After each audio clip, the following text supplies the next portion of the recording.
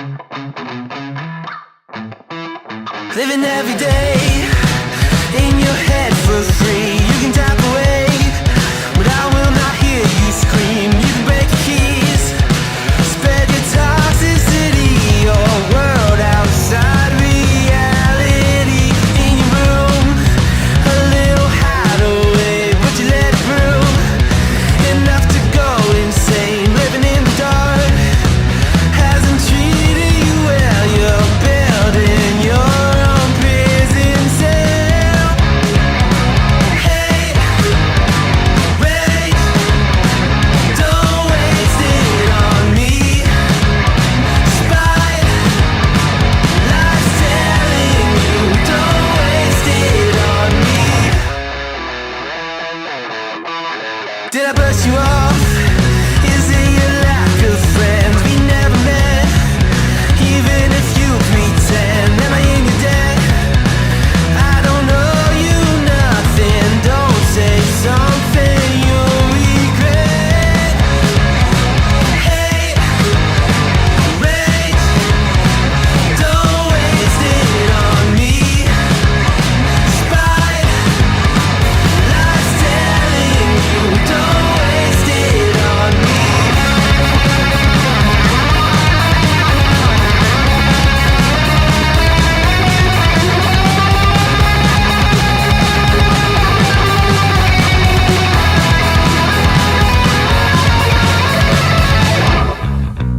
Hate, rage, don't waste it on me. Spite, life's telling you, don't waste it on me. Wait, don't waste it on me. Spite, life's telling you, don't waste it. I'm telling you, don't waste it. Life's telling you, don't waste it on me.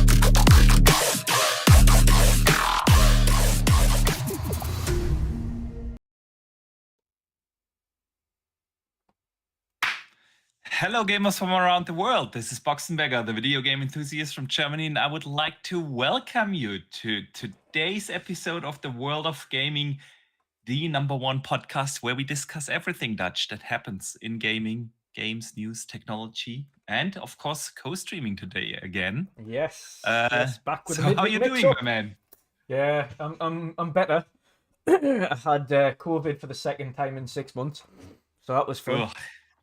Ugh, sounds like fun. So Yeah. I was thankfully I'd obviously kind of had but this time around it was mainly just very fatigued, a little bit of a bad chest, banging headaches for like days.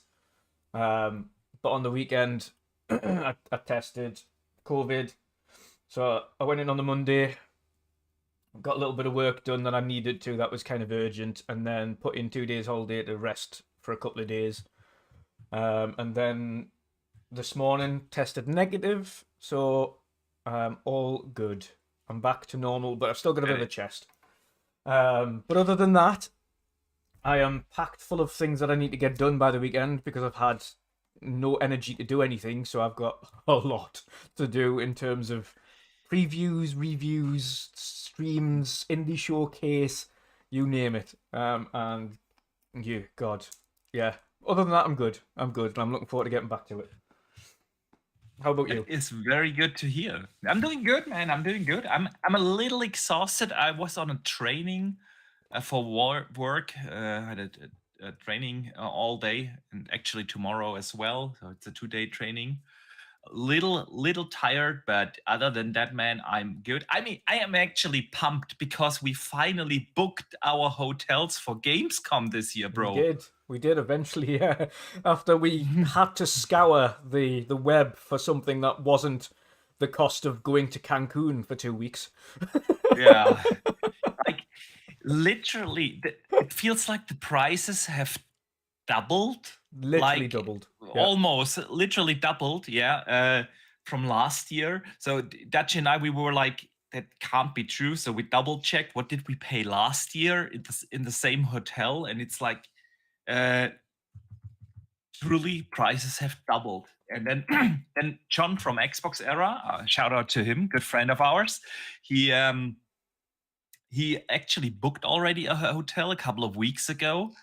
And we were like, nah, we don't have the Xbox Era millions, so No, we don't have that much. Jesus wept. I wish. well, yeah, we wish, yeah, exactly. So it took us a while, but now we're booked. We are ready to go this year to Gamescom in August. So in case anyone goes, we will absolutely make sure to meet as many people from the community as possible.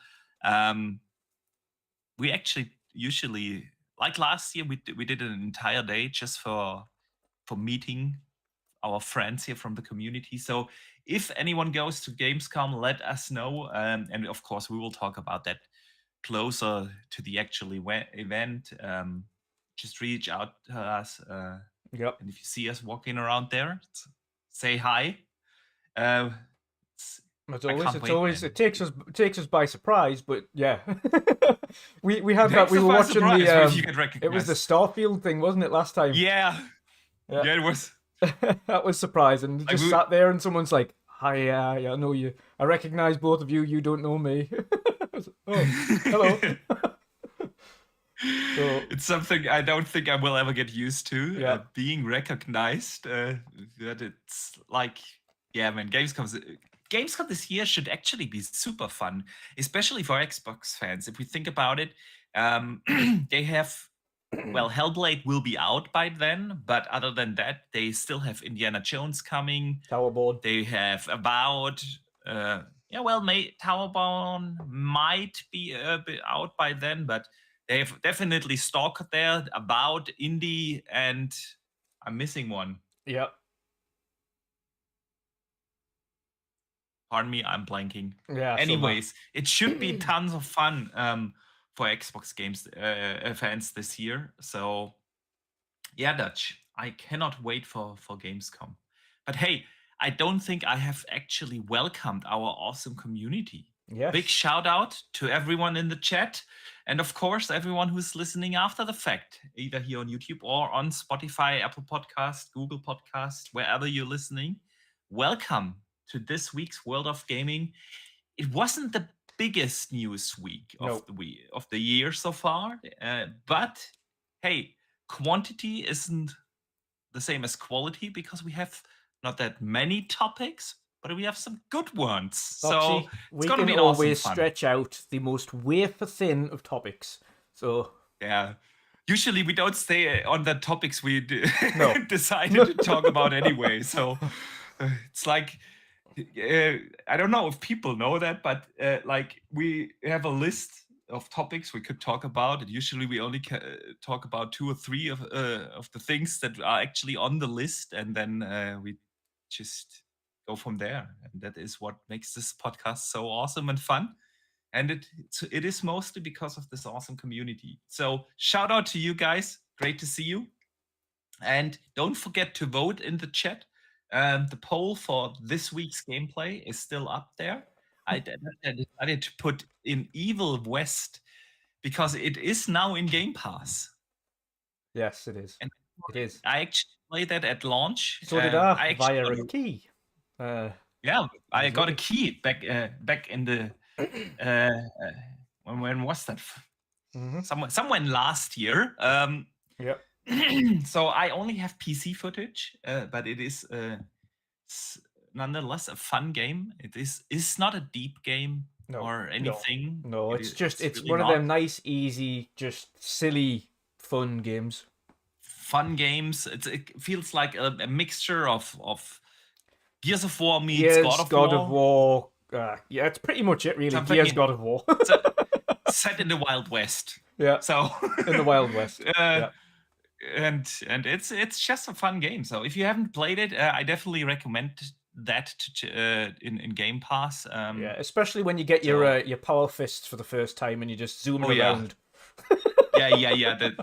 The electrocution power fists. That was awesome, man. What I actually did enjoy was like, it is this mixture of like ranged combat and melee combat. Yeah. And the way how they handle like reloading and ammunition is really cool. So you don't run out of ammunition, but you can't use your gun all the time because it takes like forever to reload. So they basically force you to really switch in between all the weapons you have and the melee combat and implement that in the actual combat. And so I did really enjoy it. It was no deep story, of course, and it's a AA game, but it is still a ton of fun. So,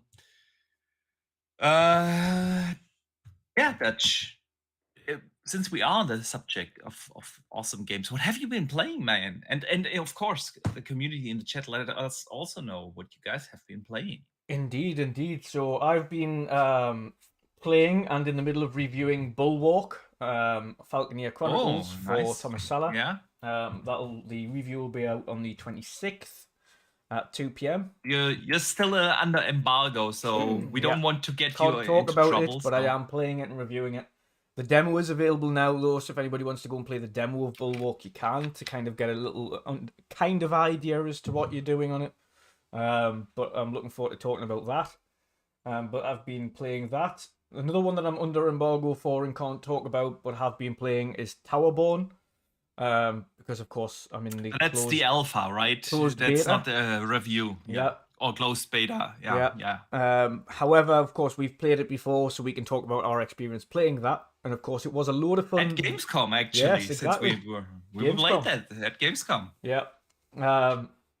But yeah, that is all I can say is that it is even more fun than what we played at Gamescom, like significantly more fun, and I can't wait to play with more people. By the way, why did you get a code and I didn't? Because I also applied for the beta. And it's random. It's random. And to be fair, mine went into my junk folder, so I didn't know until like a day afterwards. So maybe it's in your junk. Have a check. Maybe I should do that. I'm checking right now. But no, the way that they've built the world and how you kind of go about things is very intriguing, and the upgrade system and everything like that. And so it is one of the most refined betas I've played. I haven't come across any bugs. Yeah. Like literally none. The only be thing careful with what you talk about, bro. Yeah, of course. I can't talk about the content. An NDA. Can't talk about the content. There's only a couple of little things in there that say placeholder, but naturally it's a beta and it isn't the end product. So outside of that, people are going to really enjoy it. I think it's going to be a surprise hit. I've also been playing, and the footage I have today was from the Sandland demo, because Sandland's coming out this year as well. I'm not sure on it so far, but people can kind of have a look at the footage and decide. I don't think the demo does much to convince people whether or not to pick up the game. It's very limited. It shows you a little bit of combat, some of the vehicle gameplay, etc. But nothing to do with the story, really. But it does have kind of some little things where the characters talk between each other and kind of explain what's happening in the world, and a little bit of story narrative there. But overall, it's a little bit... I don't think it does much to convince people to buy the game, the demo. I think they could have given a little bit more in it. It's a very limited linear section of Sandland. But the game in itself isn't actually about Sandland. It's about getting out of Sandland. So you're playing the part that they're trying to get out of. And I haven't had a chance to get back to Rebirth yet, because of course I've been streaming that and I've been ill. So Rebirth's the only other one I was playing before that. I'm looking forward to jumping back on it when on the weekend when I've got a bit more time. Yeah. I think. Oh, Boxy. One last one. As much as we might hate mobile games, I was playing Octopath Traveler on the mobile One or version. two? No, the mobile game. The mobile. Yeah, I saw that this is actually a thing. It's really good. How is it, man? It It is literally just Octopath Traveler, but an entirely different story for mobile.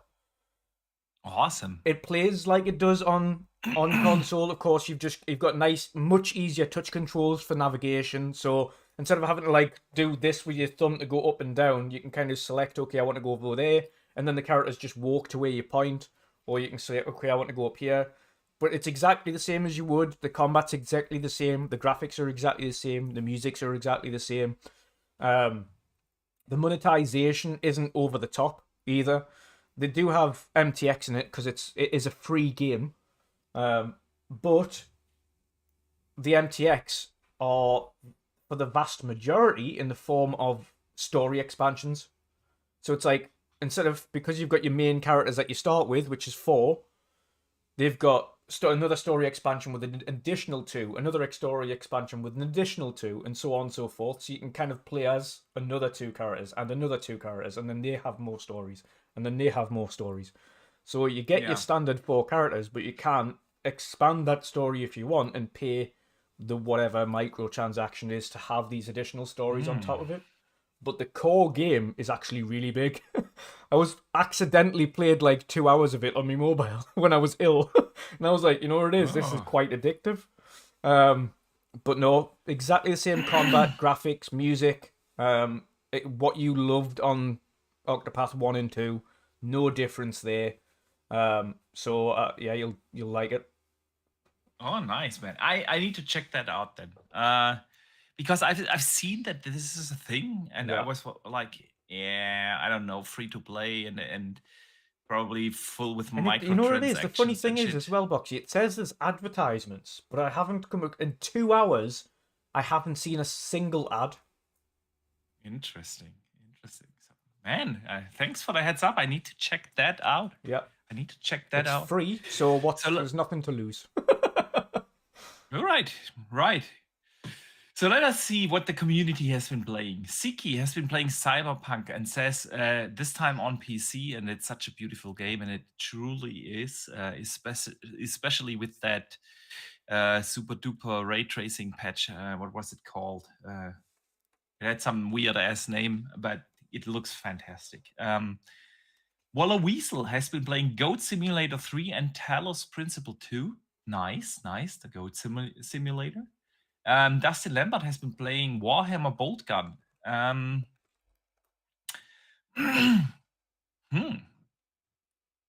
have not played that. Neither have I yet, but it looks cool because it's like old school Doom. Yeah. I need to check that out as well. Man, I wish I had more time. But Dragon's Dogma's around the corner. Boxy. Not enough time. Me. And I keep getting Not emails as well from Wired.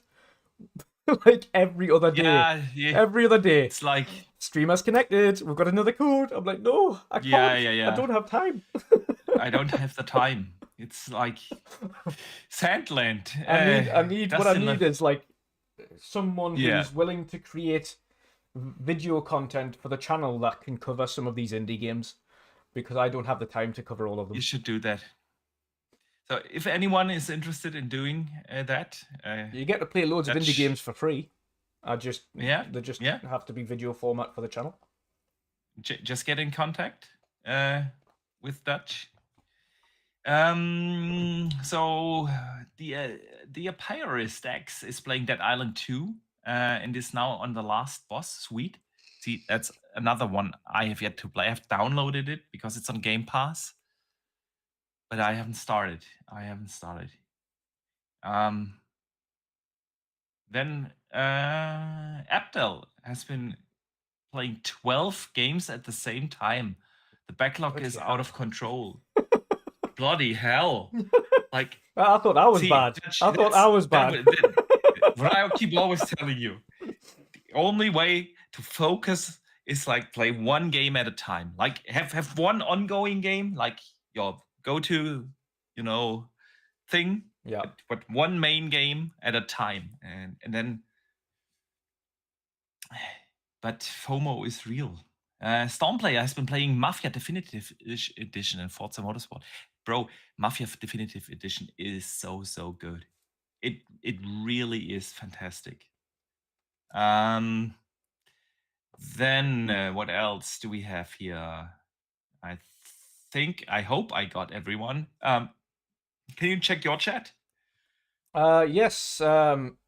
Fantosir commented that Bulwark demo was excellent when he played it. Lord Roughness is currently playing Diablo 4, trying to get his Barbarian up to level 100. He's on level 97, and then he's going to dive into Dragon's Dogma 2. Fantosir is also playing Dragon's Dogma 2. Ninja Squirrel is playing... Already? Yeah, New Zealand. Ah, he moved to New Zealand real quick Of course, for you a take couple that of hours. you just take that little trip. You just take that tiny little flight over to New Zealand. It takes like Zealand. 2 minutes. Dead. Bro, Xbox gamers, they are super fast traveling guys. Yeah, you get it's hyper speed travel when you're an Xbox gamer. Beaming is slower. So. Ninja Squirrel is playing The Quarry, which has just dropped onto Game Pass. MLB The Show, which has also just dropped onto Game Pass. Fortnite with his son. And I think that's it. Sweet. But yes. Yeah, that's it so far. Oh, right, Abdel good is stuff, enjoying so. Forza's new update as well. Nice. Forza Motorsports Nice. Update 6. So I'm gonna close the poll. Evil West actually won. So we're gonna watch some Evil West gameplay. But from the beginning, it's always. Oh, and Barry's just chimed in on the end there with Infinite Wealth. Oh, nice. Good. Nice.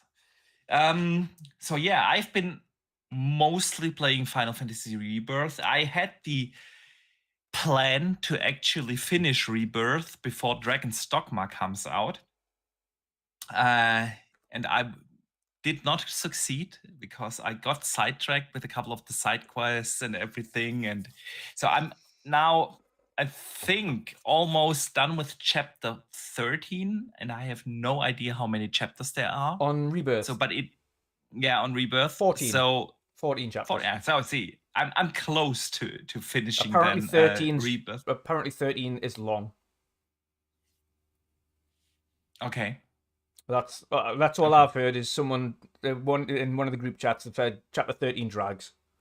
All right. So that could just be one like of the longer I had ones. like a main boss fight already in chapter 13 now, and it feels like I should be getting to the end of chapter 13. Feels like it. So yeah, I'm super enjoying Rebirth. It's phenomenal. Really, really good one. How did you find Queen's Blood? You mean the game, the mini game? It sucks.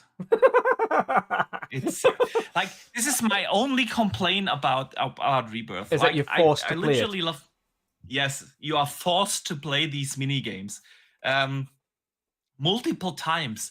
Like, there's this one segment where you're on this on tropical island or whatnot, and you have to like play a bunch of dumbass mini games to be able to get to the beach where the story continues. Yep. Like, super annoying, and they are really not good. Like, do you not want to pick up the little scooters and?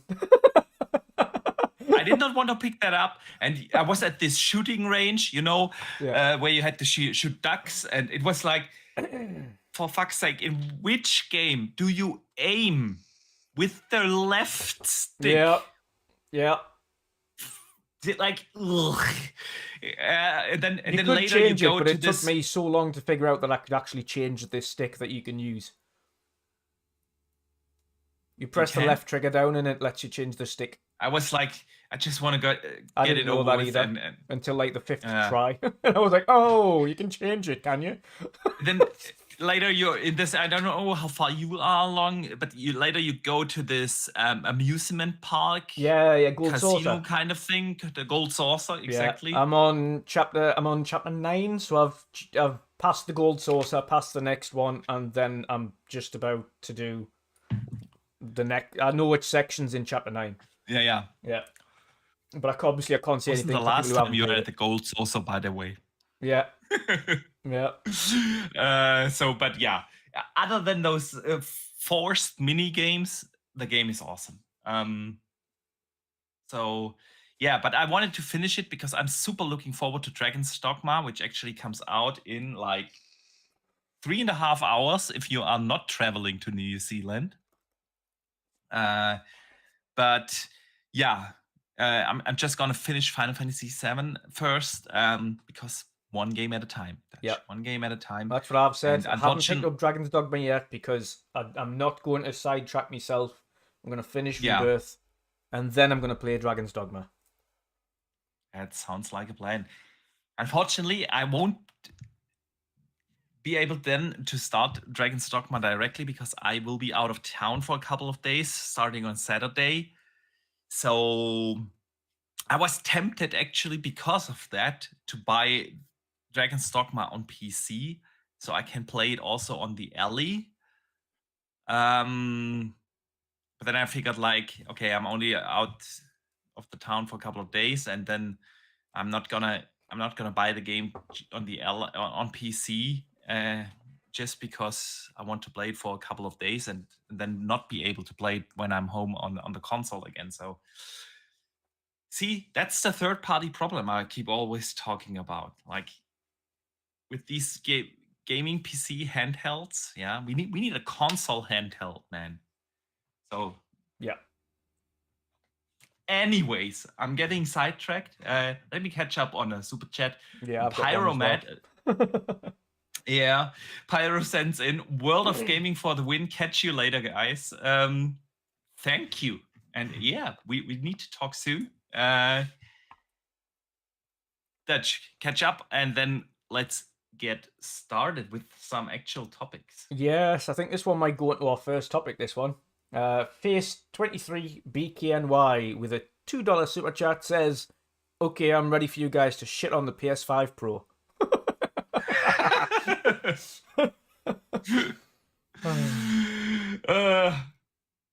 Shall we start with that? Why not? Or should we start with a smaller topic? It's the beefiest. Why not? We'll get into it. May as well. All right. It's definitely the beefiest. So, PS5 Pro specs have leaked again for, like, I don't know, 50th time. What feels like the 50th time or so. But this is definitely more realistic. It is more realistic, and it is actually, well, Moore's law is that they have been right or wrong, but let's face it, Tom Henderson has been pretty spot on with PlayStation leaks. And he also confirmed that those specs are real. So I think some of the highlights are they're gonna stick with 16 gigs of RAM, but it's a little faster than the 400 and something gigs per second that they have right now in the PS4. It's 500 and now my browser is acting up. 500 and something gigs. The biggest jump is probably going to be in the GPU, where they apparently will feature 3.5 teraflops. The CPU is actually the same, and they only increase the clock speed a little bit by 10% to 3.85 gigahertz. Then the probably the most exciting part about this actually is that apparently they're gonna have their own upscaling technology, which is of course AI based, and and actually hardware supported. So, which would be a new thing also for AMD to do. But yeah, of course, you can imagine that this is a discourse in the community, because yeah, it's a massive jump in the GPU performance. That's basically it. That is the one thing. But if this turns out to be true, it's actually a really massive jump. They're still gonna stick with RDNA 2, feature a couple of things from RDNA 3, but yeah, the compute into the GPU goes up, and now people are going crazy. Some fanboys out there, of course, claim, yeah, it's gonna do like 120 frames at 4K with everything, and others, yeah, that's for 8K, and then others say, well, we won't see anything because no CPU increase. And so I do have my thoughts on this, and I will absolutely share them, but I wanted to hear yours first, man. And of course, everyone in the chat, let us know. Let us know. What do you think about these PS5 specs? Yeah, it's all of it was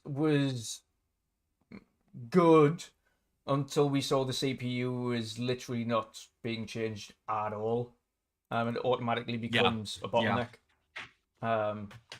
Which is the key issue here, and ultimately all of the advancements that they are making in the other areas is kind of making it almost irrelevant in terms of what's actually going to be capable of doing. Yeah, I thought there was going to be more to it, to be fair. I thought there was going to be a lot more to it. It's, I wouldn't say underwhelming. I don't know what to make of PSSR either. I think it adds kind of an something that isn't going to be utilized as much as they think it is, especially, well, not this generation anyway. We know, especially from the first iterations of FSR and the first iterations of DLSS, that they aren't as great as they make them out to be initially. Both of those were also initially touted as being kind of really powerful tools that could let them kind of get X amount of performance out of the air and rocket performance up on games, etc., left, right, and center. Obviously turned out not to be the case, and it took them up until DLSS 3 and FSR 3 to get to a level in which it actually becomes useful. We saw DLSS 3 now is really rock solid, especially for some of the later games where it's like doubling performance of games now, especially on PC, is at high resolutions, with full ray tracing and everything enabled. It is really making a massive difference. FSR, obviously being the software variant, isn't making so much of a big difference at the moment, and it's also not being utilized as much as we want it to be. We've harped on about this week after week about how little developers are actually implementing FSR.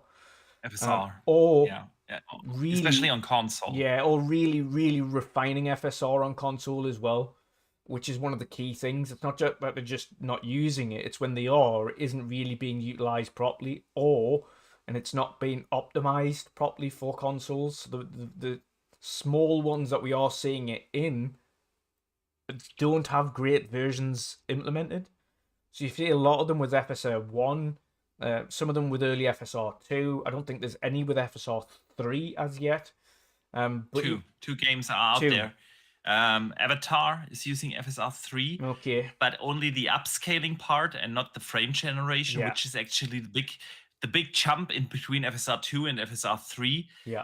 And RoboCop has that implemented, but the frame generation also doesn't work on console. Yeah. So it's kind of like this, and this is what makes me think it's like it's all well and good implementing their own version of a super sampling technique, an upscaling technique. Yeah. But ultimately, if developers aren't using what they already have available to them in FSR, which is software based, so a lot easier to implement than it is the hardware variant, then what is the likelihood that both third or first party, well, first party's got the bigger chance because they're going to be mandated to use PSSR, but third party will not have the same mandate. It's going to be optional for them. They're going to be told how to use it, but are they going to use it if they don't already use FSR? The likelihood is no, which means that this is going to be a very, very, very native tool that's only really being utilized by first party, and even then, we don't have a lineup of first party games that will utilize it for the remainder of this year and most of next. So when it does release, you're not going to see any games take advantage of it unless they do backwards compatible versions and release a PS5 Pro version that you're going to have to pay another $10 to blink and play. And then The Pro tax. the pro tax. So yeah, ultimately for me, it's a case of it's all well and good having these specs on sheets, but I don't fully believe this is going to make or take full advantage of the rest of the generation.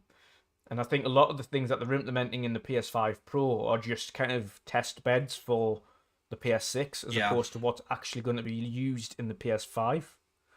And of course, another issue we've got is that PSSR won't be on PS5 Pro. Sorry, PS5. And it'll only be on PS5 Pro. So developers will have to refine the PS5 Pro only versions. A lot of the other things that they've got available on the PS5 Pro will have to be refined for that. And they'll have to go back and work on the PS5 version. So, again, for third-party developer, you now have 2 SKUs for the Xbox. You've got 2 SKUs for the PlayStation. You've got the PC variants of both of them now. And then you've obviously got potential cloud versions as well that you're going to go on top of that with. So it's a case of, are they going to use all of these tools that they've got available to them that all platforms provide? Likelihood is no. And which makes me think, and again, it's a mid-gen refresh, it's all well and good, but we spoke about this before, and the problem with the mid-gen refreshes right now is that there isn't a standout reason to do a refresh outside of getting double the frames.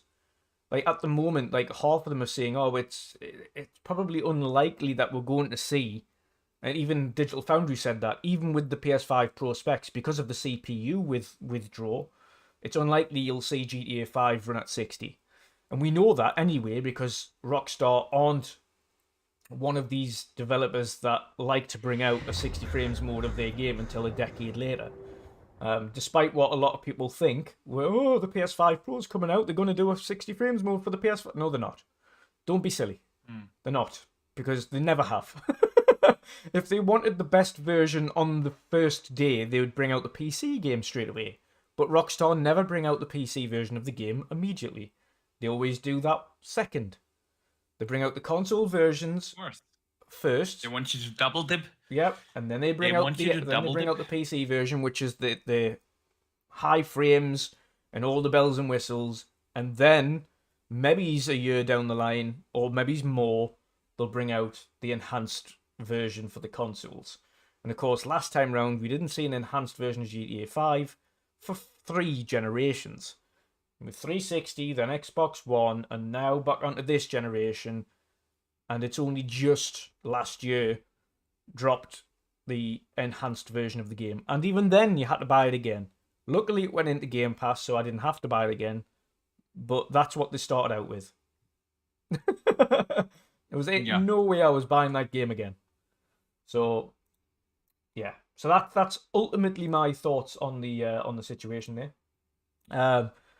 I just think, as I have said before, the problem with mid-gen refreshes now was, unlike last gen, we went from 1080p to 4K, which was a reason to get a mid-gen refresh. Massive reason. We had the huge jump in resolution difference, which is what we got. We then got the implementation of some games going from 30 frames to 60 frames, although we did have 60 frames previously on certain games anyway, like Forza and Halo, etc., because they were always that. So what we got in those games instead was performance modes that had 120 frames as opposed to 60 frames. But for the vast majority of third parties, we then started to see some 60 frames performance modes on the last gen. So you had 4K plus performance modes was introduced last gen, mid-gen refresh. Great. This generation, we started off with the promise that it's going to be 4K 60, and we're going to have up to 120 frames and some 8K games. And we've got almost none of that as a dead cert. We're still getting a whole load of 4K 30 games. They're still concentrating on releasing 4K games instead of doing super resolution versions of 2K up to 4K. And the performance modes are at best mediocre.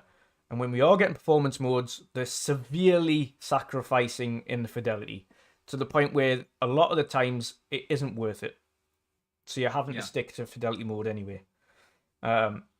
So the only thing that this is promising is that we're going to get slightly better performance because the CPU ultimately holds back any of the significant performance impacts that the 45 better off GPU would have had, or the RDNA 3 that's going to be implemented, or any of those things. And even like I said, with PSSR, because it's proprietary, because it's only going to be used for the PS5 Pro, because there isn't that many things that are coming out for the PS5 over the next 2 years, we're not really going to see the implements of that. And before you know it, when you do start seeing some things like that being utilized properly for the PS5 Pro and the PS5, it'll be the end of the generation and we'll be moving on to the PS6. Yeah. So at the moment, as it stands, the thing that's holding back anybody actually, I personally think, jumping onto PS5 Pro at the moment is the lineup of games. There isn't anything coming out for the console. Like how you're launching the game. I've seen a load of people speculating about GTA 5 bundled with... I'm like, yeah, but the console's meant to be coming out this fall, which means it isn't going to be bundled with GTA. So I don't know what... Yeah. It's going to be bundled, ultimately, it's going to be bundled with Spidey or Final Fantasy. Or Helldivers. Probably. Or maybe Helldivers. So, I mean, I do get the sentiment that, of course, GTA 6 will move consoles next year. Of course it will. Absolutely. But it'll move all consoles. It'll move all consoles. It will move all consoles, yeah. And obviously, if there is a version out there that runs or looks better. The only thing I will say to that is the casual consumer who picks up GTA in droves wants the cheapest way to play it. Was just about to say that. But if you are... I get that idea, you know, and of course, if there is a version out there, it is of course exciting. But then, if you are buying a console just for one game, and even if that game is GTA 6, you're not gonna get the most expensive version of a console out there. Nope. You probably don't. So these people just want to play the game; they don't care how. yeah, exactly. So. Okay, where do I start with my thoughts? Let me start on the hardware specs themselves. I think there are some things in there, of course, assuming that these leaked specs are actually true, of course, yeah? It's baseline for this entire discussion here. I think you will get a pretty nice upgrade. Is it really gonna do wonders? We shall see. Because, yes, you're getting, if true, a massive jump in the GPU performance. And there are a lot of games out there that are heavily GPU bound. However, most games we see right now are bottlenecked by the CPU on consoles. Yeah, of course. On PS5 and Xbox Series X, we look at at the games, and when they hit their limitations, whether it's big games like Starfield or Avatar or Final Fantasy VII right now, all CPU limited. So, and you also mentioned at the very beginning of your thoughts that we were promised this gen 4K 60 or close to 4K 60 as standard. And as the generation continues, there are less and less games actually hitting that performance. So where would you invest your upgrade in? Is it the GPU? Is it the CPU? Let alone the RAM. Yeah, the memory pool with 16 gigs in the year 2024. This is the thing about mid-gen refreshes as well. They kind of have to hold themselves back, because you can't have a big enough disparity between the two that it almost becomes a different generation within a generation. Yeah.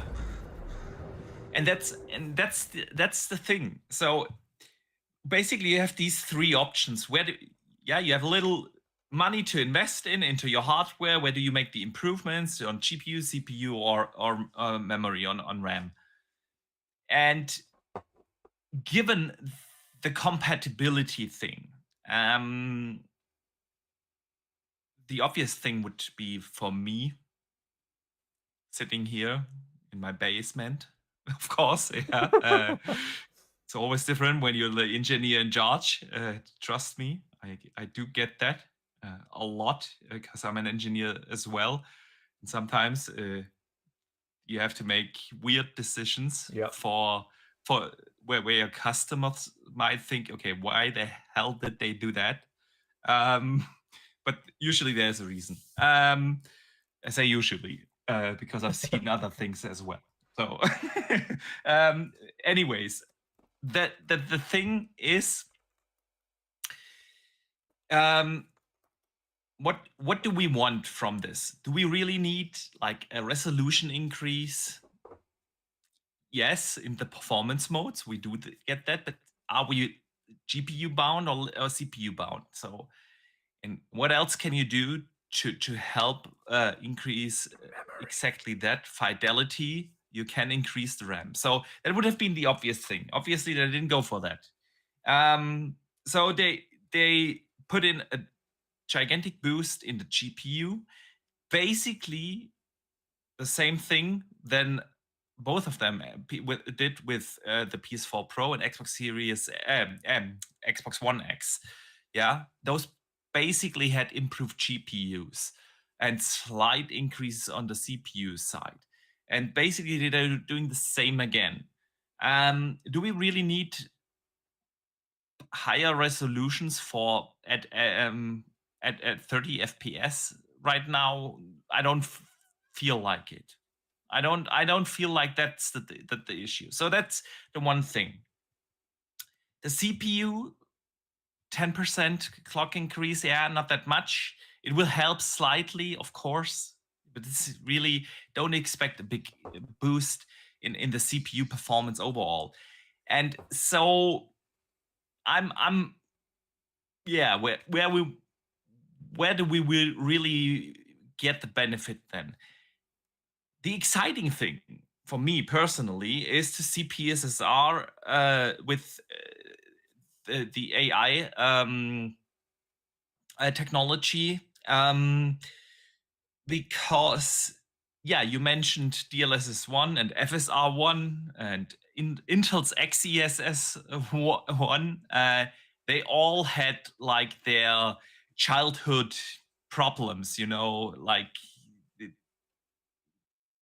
DLSS1 didn't do wonders. Yeah, a lot of artifacting, a lot of ghosting, a lot of screen tearing, but it developed into something awesome, into something really awesome. And I look at FSR1, yes, aliasing was really not good, and we had also like ghosting and artifacts a lot. But FSR2 is actually really good technology. It's not as good as DLSS, but in itself, it's great technology. And FSR3 now, on PC at least, because again, consoles, they don't use that kind of technology on consoles for whatever reason. But on PC, FSR3 is awesome. It really is. It is phenomenal. The frame generation technology works really well, at least in the games where I tried it. But I look at games like Starfield now with FSR3. It's a massive, massive boost that you get. So I think that is exciting. It is also for me exciting to see that AMD actually is moving into a hardware AI supported chip layout, which is or will be beneficial for a lot of other devices as well. So seeing that is exciting to me. But of course, coming back to the point you made, the question will be, will developers actually use it? There's no doubt that there are going to be Naughty Dog games or so that will make use of it, first-party developers. But third-party developers don't really use any of those upscaling technologies on consoles anyway.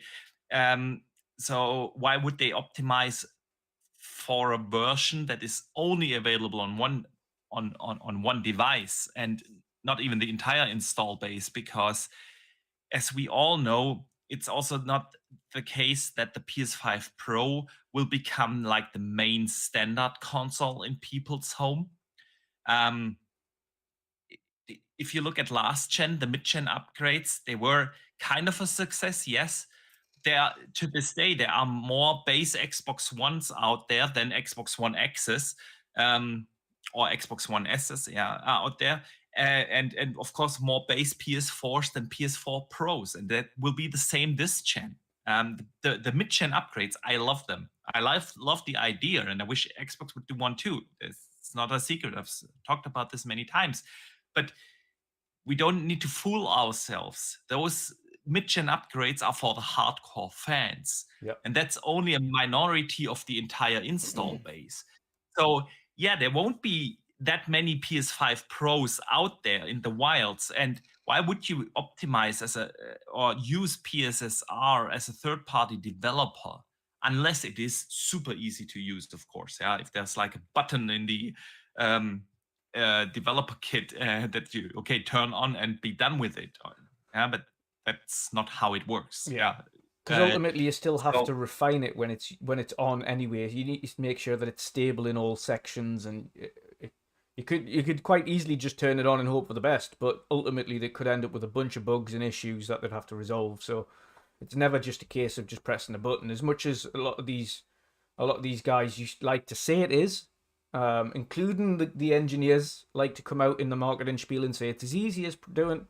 It's really not, because when you get to the meat and potatoes of it, by turning it on in one section, it could disrupt something in another section of the game that needs refined in order to make it work better. Exactly. So it's work, and we see anyway this in the first, now at the beginning of 24, we see that a lot of developers, third-party developers, are not focusing on consoles anymore. Yeah, like the care that is taken of console versions. A lot of games are rough on consoles these days. So it will be a question mark. But the technology in itself, I like it. It's great, and like I say, I think it's a test bed for the idea is great, because I have no idea how the technology, how good it actually is. I like let me put it this way, I like the idea of the technology. So I think that's a good thing. And then there's one more thing that they have leaked, is the ray tracing, 2 to 3 times faster ray tracing. Yeah. They will be actually using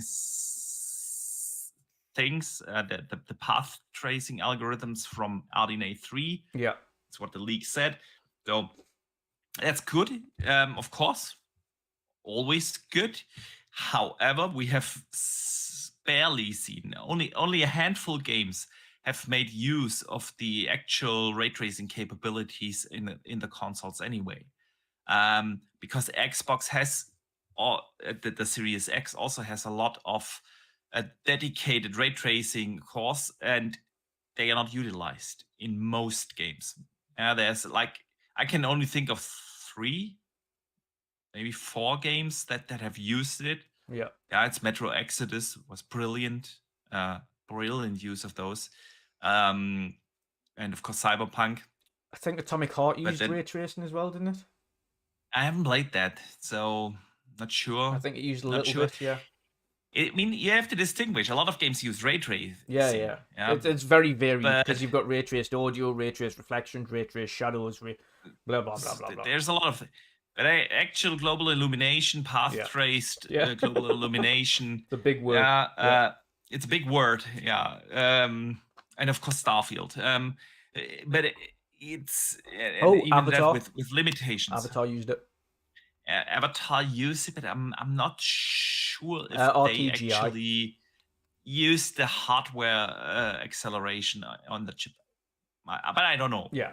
Let me put it. I don't know. I guess RTGI. There's a handful. That was it. There's a handful of games out there, but we don't really have that many games. It is when you the grand scheme of things. Yeah, the big pool of games we've got and have been released. There's not many actually utilized it. That's right. Exactly. So Dave Ramos sends in a channel member chat that actually touches upon exactly that topic. He says, "Are we aware of any Xbox games that made use of direct machine learning in the 47 tops in Xbox Series X?"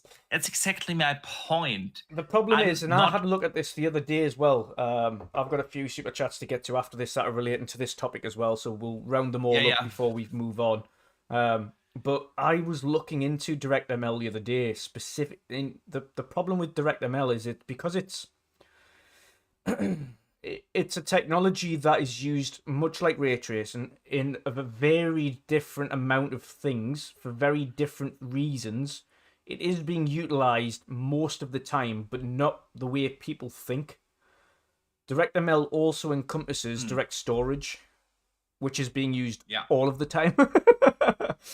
But also DirectML is used for upscaling techniques where possible. It's also being used for rendering techniques where possible to make that easier. It's also it's just as and when developers use DirectML, and the problem is none of the developers talk about when it's being used, and it isn't being put onto kind of facts of games when they're released. It's not like a big, this is ray tracing included, because DirectML is a Microsoft product at the end of the day that's also utilized in Xbox, as opposed to an Xbox product that is being used in Microsoft. That's basically the thing, which is limiting those games, because as long as you don't have like a true console exclusive on Xbox, it's really hard for developers to use it. If you want to make your game run, we know of that will utilize it so far is Hellblade 2. Hellblade 2, yeah, that's one thing where we know of. I'm sure there are other examples out there, because for a lot of games we simply don't know, and we make assumptions. However, the problem with all those kinds of technologies that are proprietary to one system, it's really not that big of an incentive for developers to actually make use of it. And that will be the same for PSSR. As excited as I am for that technology, and that they are trying to do something in that space and make AI-based upscaling on consoles a thing, which is a good thing. As long as these kind of technologies are proprietary to your hardware, barely any developer will make use of it. So let me sum it up. That I like the idea, and if you offer a mid-gen upgrade, because the fact of the matter is technology moves faster than the 7-8 year console cycle. Significantly faster. especially if you are like a hardcore gamer, like we are, like probably everyone here in the chat is, and everyone who listens to this podcast.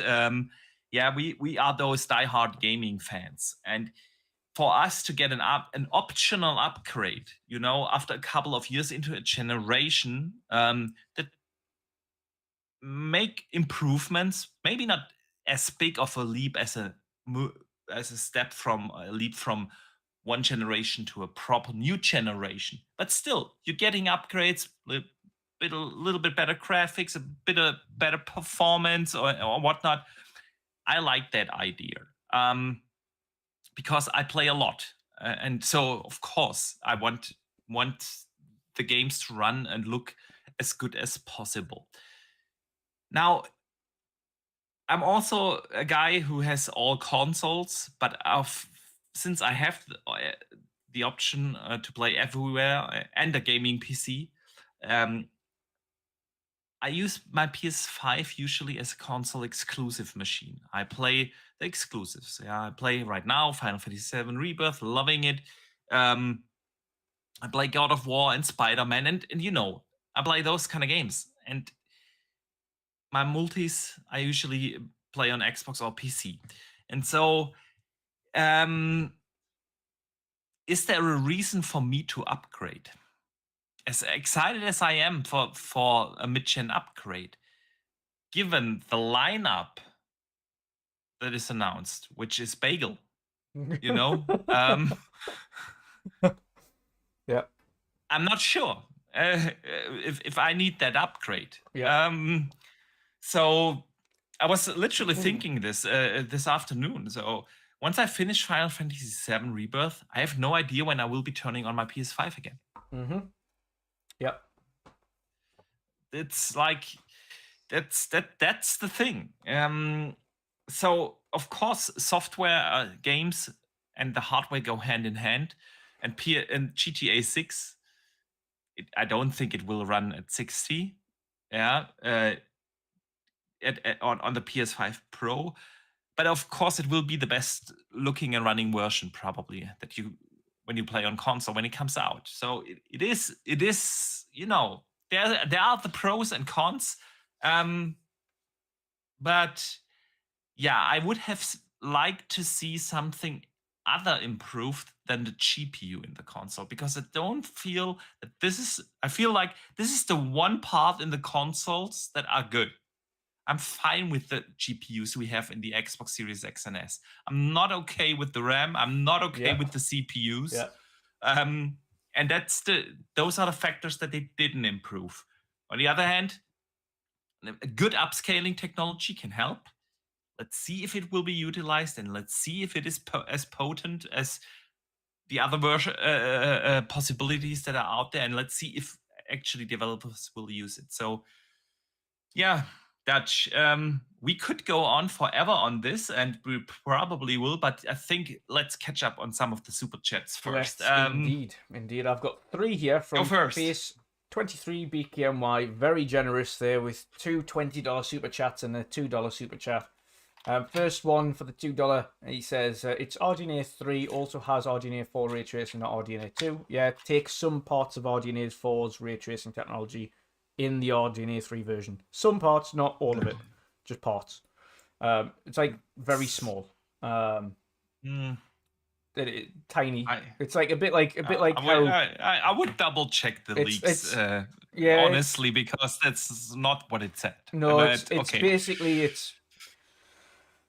we're a bit like with Xbox's full RDNA 2 this gen and the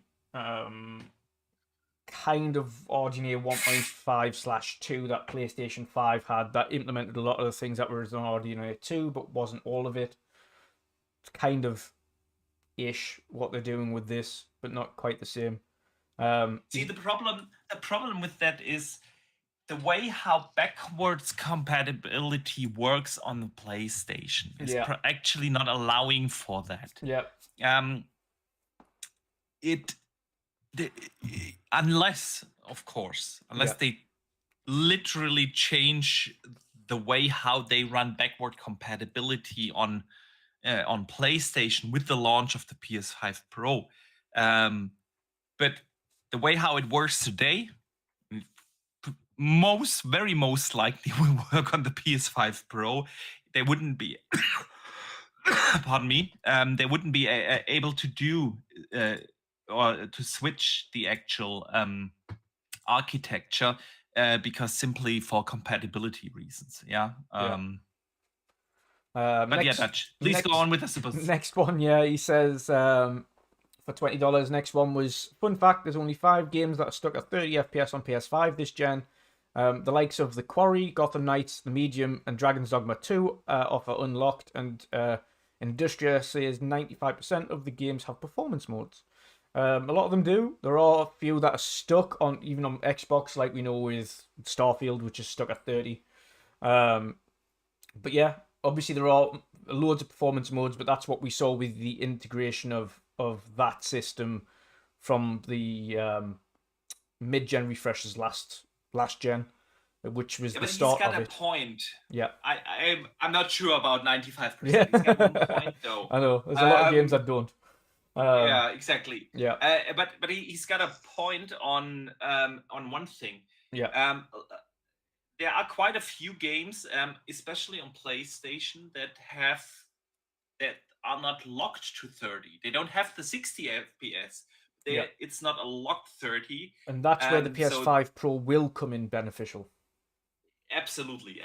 So for any unlocked title, that's when you'll see the performance boosts, because they'll run that game probably close to a 60, whereas at the moment they might be running at 45, 40, 44, 50.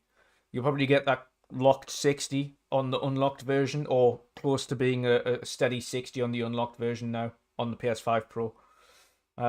Because of that, because it is an unlocked version, and obviously naturally brute forcing it will allow you to push more frames.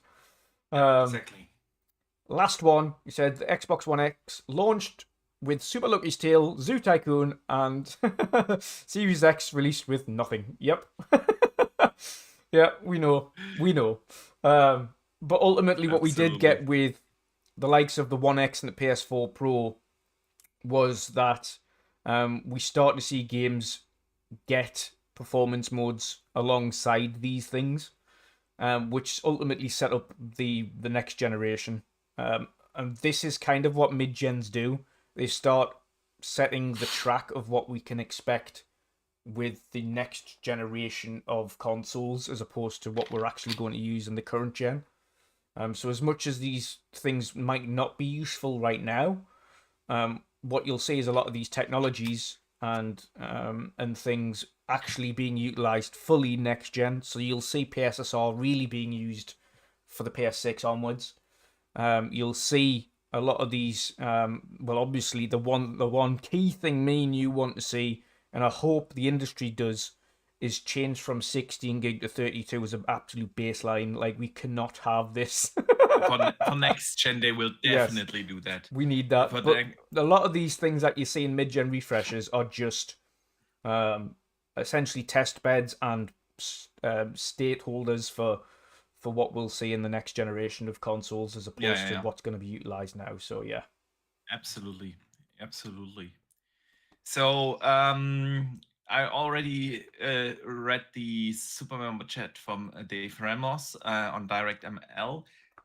But he also follows up with a $2 super chat. Thank you so much. He says, also smash that like button, folks. Yes, yes, please do. That would be absolutely awesome. And share it out if you do enjoy the show, because YouTube's a bit of a dick these days.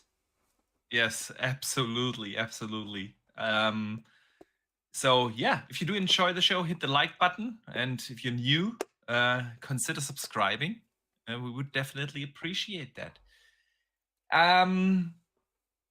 Yeah, Dutch. So the PS5 Pro. We talked about the specs. We talked about one our thing thoughts. I did want to mention quickly. Sorry, that was in chat, and I forgot to cover it whilst we were talking about it. There is a drawback to the CPU boost in the CPU as well. Yes, if it runs at a 33 teraflops, if the CPU runs at its boost mode, it drops the GPU performance. Yeah, exactly. And it's also not consistent.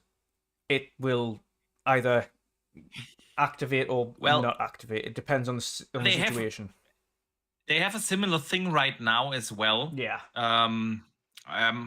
I can't think of the name they gave this. Was it not the boost Well, clock for the GPU that they did this time? the boost, where they can shift around a little bit the clock speeds and then boost either CPU or GPU. But yeah, Dutch, we talked about specs, we talked about our thoughts on it.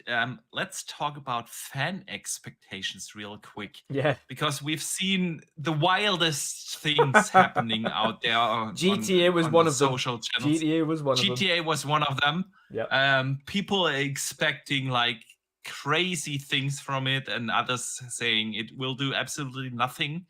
And obviously, the truth will lie somewhere in between. There will be a boost for games on the resolution side, slightly on the frame rate side.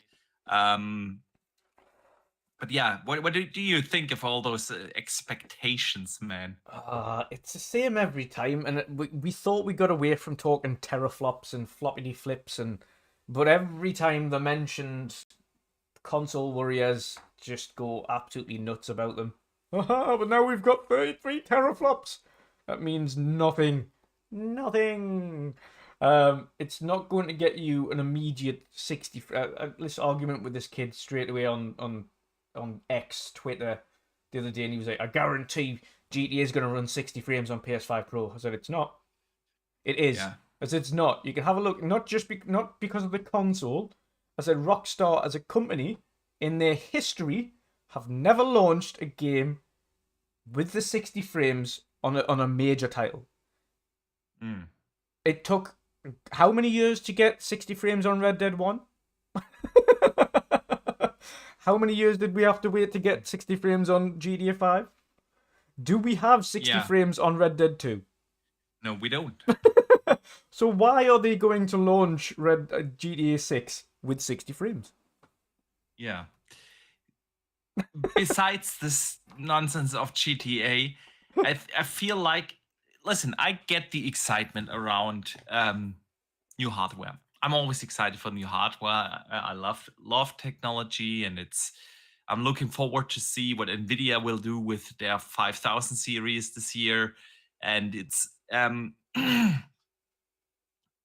new technology is always exciting. But the one thing we should have learned by now, that consoles are oversold in promises. Yeah. Both of them did it. We will promise like massive leaps from going from Xbox One X to Xbox Series X, and from PS4 Pro to PS5. And whilst we did get a lot of convenient stuff like faster load times and so on, I feel like the actual promises made were not delivered by both. We were sold these systems to deliver like 60 frames in every game, basically, and 120 frames in some cases. And now we are 3.5 years into this generation, and the biggest games coming out usually go back to 30. And if they have a performance mode, then it's a big if, because a lot of them don't have a performance mode at all. Look at Dragon's Dogma. We'll get to that a little later right now, but just as an example, yeah.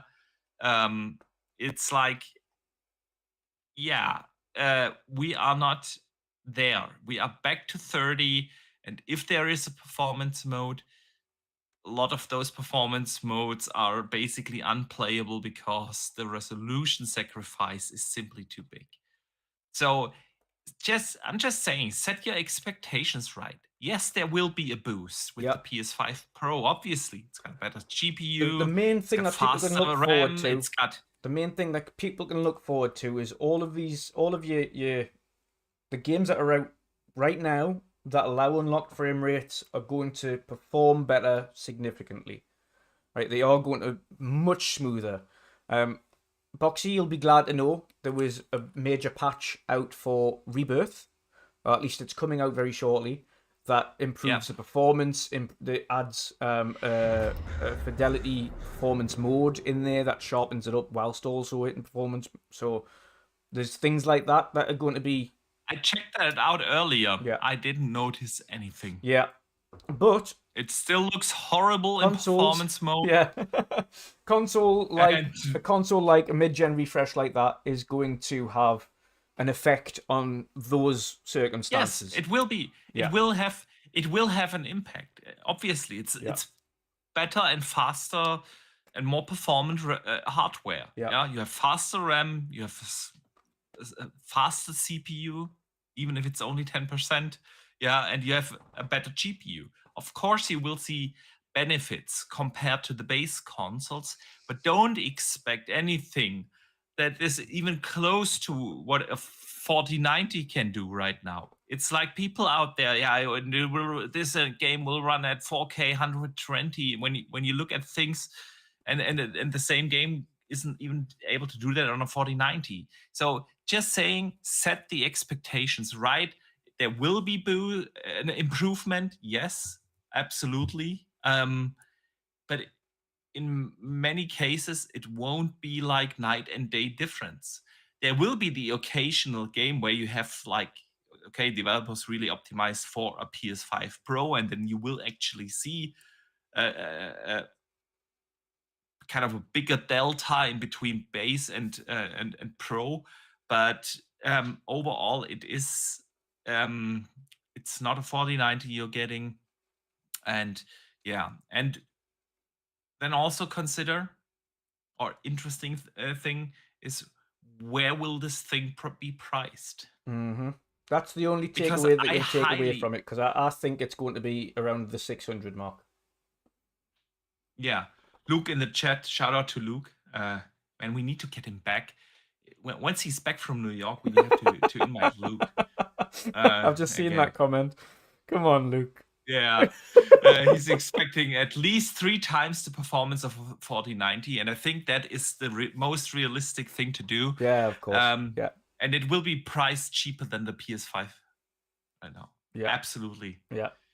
So no, where do you think this will land in terms of price? Yeah, I personally think it's going to land about. Assuming, of course, those specs are right. Yeah, assuming it's right. I expect it to be around the $600 mark, which of course will equate to roughly the £600/euro mark for us. I think it will be higher than that. Do you think? I don't. We have like. The only reason I don't is because they still have to.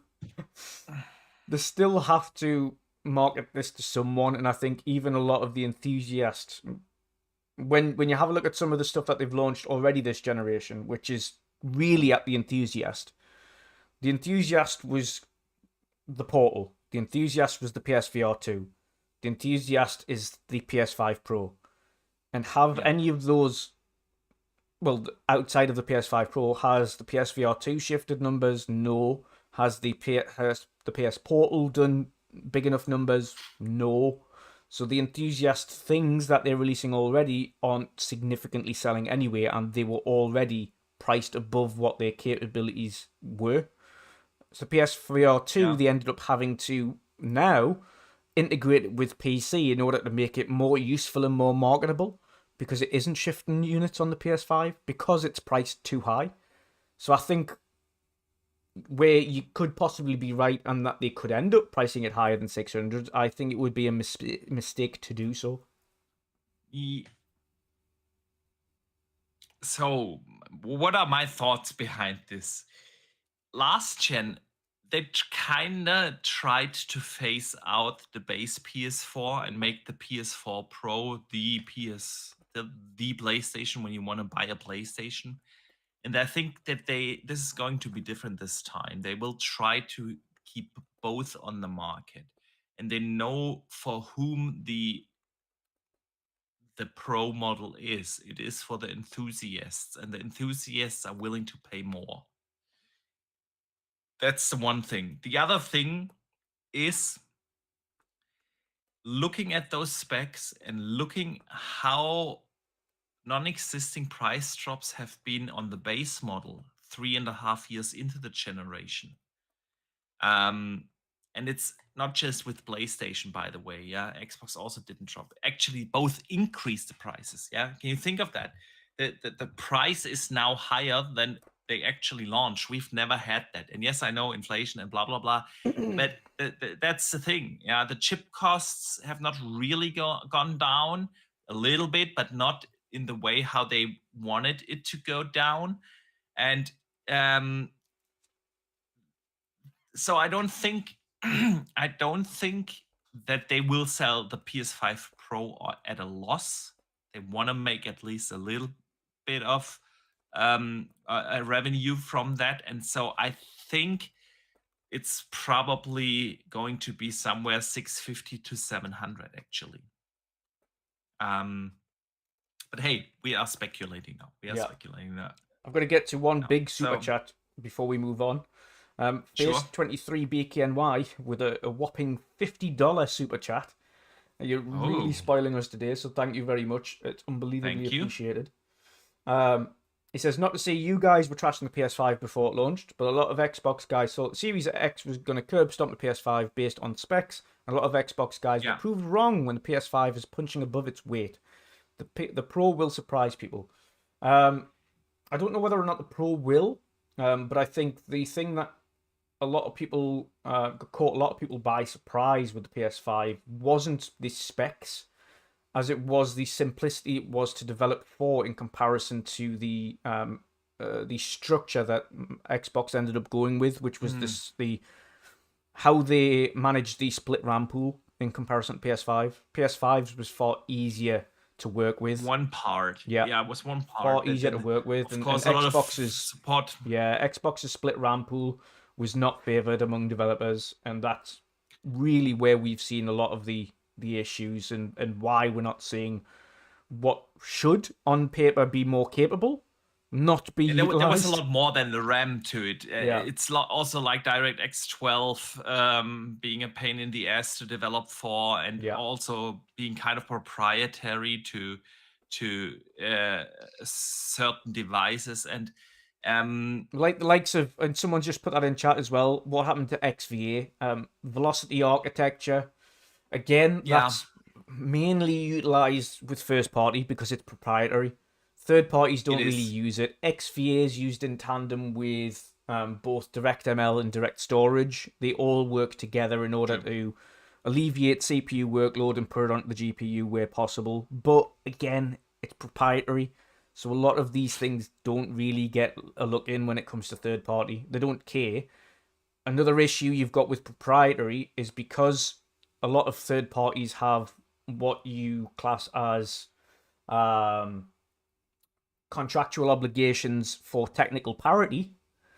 They can't use proprietary in order to give these performance boosts on certain platforms using these tools because they would be providing a technical advantage over one console than the other. So you don't see third parties utilize some of these things because of these technical parity clauses. Definitely true. But then again, at the very end of the day, it comes down to the PlayStation being relatively similar, hence easy to develop for, than the PS4. Yeah. And he's right. A lot of people thought the Xbox Series X will outperform the PlayStation on so many levels, and we have seen it in more than just the occasional instance that the PS5 is outperforming the Xbox. That's just what it is. I put out a tweet like that on the other day as well, and I didn't even mention a console. I just said, when will we learn that the specs don't say everything? Like, it's not, you can put out the biggest spec sheet in the world, but it's not necessarily going to kind of actually end up being what the performance is at the bottom line. Ultimately, we won't know what these consoles can do until we actually see them in action. That's the issue. We don't know what they're capable of. Specs don't really say anything. You can have the most performative thing on the planet, but when it comes to running a game, there could be an issue here, there, or everywhere. It depends on how it's being utilized, how it's being developed. Yeah, So absolutely. ultimately, we'll find out when something's using that technology. The good thing about PlayStation is because when they use that technology, they like to let you know. And they really do. When they do use the technology and it is being utilized, you'll see it being shoved in your face. And rightfully so. If they're gonna talk about that, they're gonna market it as much as they can. It has come back to bite them on the arse a couple of times this gen when they've talked about it's only possible on PlayStation because of this, and then obviously it goes on to multiple platforms that don't have it, and you're like, oh, so it was possible, so we saw that a couple of times this gen. So sometimes they do it as marketing, but other times there is truth to it. Ultimately, PlayStation have proved that their version this generation thus far has been the easiest to develop for, which is why you've seen better results. Yeah. So, Dutch. Yes. Let us stay on the topic of new console hardware. And let's talk about something, because in Korea, a new Xbox GDK has been certified. And of course, the speculations are going wild. What could that mean and be? So there are two obvious answers, and the one is, of course, it is the leaked Slim. We had the oh, hang on, before I talk about that, I need to just really briefly catch up on one super chat, because it's a fair request from Dave Ramos, who sends in $2 and says, can we create a poll for the PS5 Pro price? And we absolutely can. What will the PS5 Pro price be? So we're gonna let them vote for 500. Well, it's not gonna be 500. Let's put in 5 as an option. They're not gonna price it cheaper than the base. I was going PS5 to say, if it ends up being 500, then that's automatically, in my eyes, a reason why that console won't perform. 650. Sorry, that's not going to do what it says it does on the tin if it's 700. Yeah. All right. Of course, if the community requests a poll, we will provide a poll. And while we want to know your thoughts, and so we will come back to that. We let the poll rest a little in the chat so everyone can vote. Let's talk about this new Xbox GDK. So last year, a lot of documents leaked from Xbox. It was more. I wouldn't call it leak, because they actually sent that over to the FTC and they made it public. But the thing is, we learned about this Alexa-looking Xbox Series X Slim, which is basically the Xbox Series X hardware with a bigger SSD, new Wi-Fi, and so on. And that's the thing.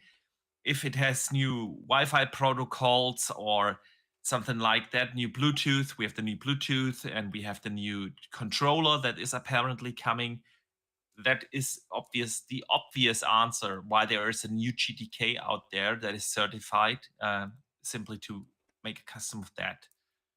Then again, would you really need to certify a new GTK for that? Who knows? So speculation town is open, Dutch. Yes. What could it be? Could it be something other than the Xbox Series X Slim that is most likely coming this holiday? Yeah. This is the thing. A lot of people think, Xbox are reacting to PlayStation. That's they physically can't react like that to PlayStation, because mid-gen refreshes like this are several years in the making. You don't just come out with them overnight Yeah. and release it the next year. So you can't possibly have a reactive thing like that. They can't just last minute go back to the drawing board and change things because PlayStation are doing something. Whatever they have in the pipeline has already been in the pipeline for a number of years. So there was the mid not the mid-gen refresh, but the slim version or the newer version, which PlayStation have already released theirs in the new version, the new SKU version of PlayStation 5, which is significantly slimmer and smaller than the PS5 proper, the original. And obviously they have now the highly rumored and obviously looking likely the PS5 Pro to release this holiday. On Xbox's front, we've only seen the Slim. We know nothing of a mid-gen refresh. However, they said, of course, they will be discussing hardware in June, but they'll also be discussing hardware in the fall. So the likelihood is, if they are doing a proper mid-gen refresh, that we'll hear about it in the fall for release next year. But you'll probably get the Slim talked about in June for release this holiday. So that's what I think. I think if they're doing a mid-gen refresh, they might use the Game Awards as for their Pro, like they did with the Series X, and show off the Pro version of the console there. If they do, I'd like to see them return to the Elite mantra that they used for the 360, because I liked the 360 Elite. And granted, they didn't really change much, just added a much larger hard drive, but I just like the name. But I think that would be a good version. The Elite is a good version of as a Pro model. But I think that's probably going to be the likelihood if we are going to see a mid-gen refresh. We'll probably see the Slim announced this June, along with the new controller, and probably tail end when they mentioned about hardware, the mid-gen refresh, and potentially a tease to what they're working on for next gen. We saw kind of them do the same last gen, when they were speaking about what they're looking at for the next generation and the things that are going to push forward the hardware in the next gen. So we'll probably see a montage of developers and engineers talk about what is required to be in the next generation, but you'll not see the console itself. But that will be a kind of a segue into what we're doing next gen. However, similar like they did with the Scorpio. Yes. You mean? Yeah. Okay. So I think we'll see that with whatever mid-gen refresh they'll get. Ultimately, I don't think it can't be reactive, as I've mentioned. It's physically impossible to be reactive in that scenario. It's something that they will have worked on for a while, and obviously they're going to put it out. Whether it's as performative as the PS5 Pro or not, ultimately doesn't matter. As I've mentioned before, the bottom line is these are segue consoles before the next gen kicks in, so you're not really going to see them utilized. These are kind of just, okay, here's a bunch of new stuff that we're going to implement that's going to start the next gen. However, we're going to kind of segue into them via these mid-gen refreshes. So yeah, that's my thoughts anyway. What about you? So, well, I mean, the realistic scenario is that it is just a Slim. Yeah. That has leaked. Phil, and I've seen a lot of people argue about, it's their version of the Pro and it might come in 25, but Xbox is gonna do that. And the certification of a new GTK simply means that. I don't think so, because a lot of people forget what Phil actually said. I think what was it, Gamescom last year or during some FanFest last year, where Destin from IGN actually asked him about the Pro, and he says, well, he doesn't really see the point of doing a Pro or a mid-gen upgrade this gen. Basically debunking it. There was nothing in the leaks and those leaks were quite substantial, that that pointed towards something like that. And I know plans can change, but like you said, hardware development isn't done in a year or two. Yeah. So yes, even if the plans have changed, and one thing that could have changed is what the rumors are saying, that Xbox is now looking at launching next gen earlier, Yeah. 26 or 27. That is something that could have changed, because it would have given them enough lead time, 4 years around plus minus, to actually develop such a thing. So I don't think I think the realistic scenario simply is it's gonna be the Slim, and yes, there will be a new GTK for it because of all the new protocols, Bluetooth, Wi-Fi, and so on. However, if we are on the train of speculating, Yeah.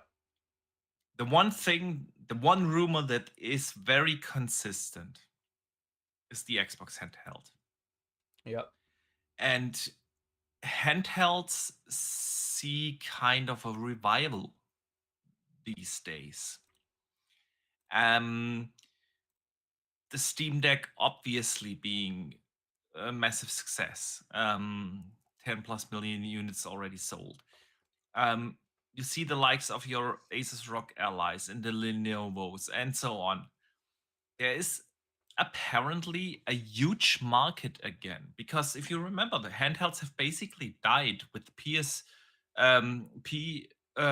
they basically died off. Nintendo hasn't been doing a proper Game Boy in more than a decade, and then obviously the Switch was a massive success. But it is also like this stationary console as well. You can use in docked mode. Don't get me wrong, it's genius, but handhelds, they celebrate a comeback.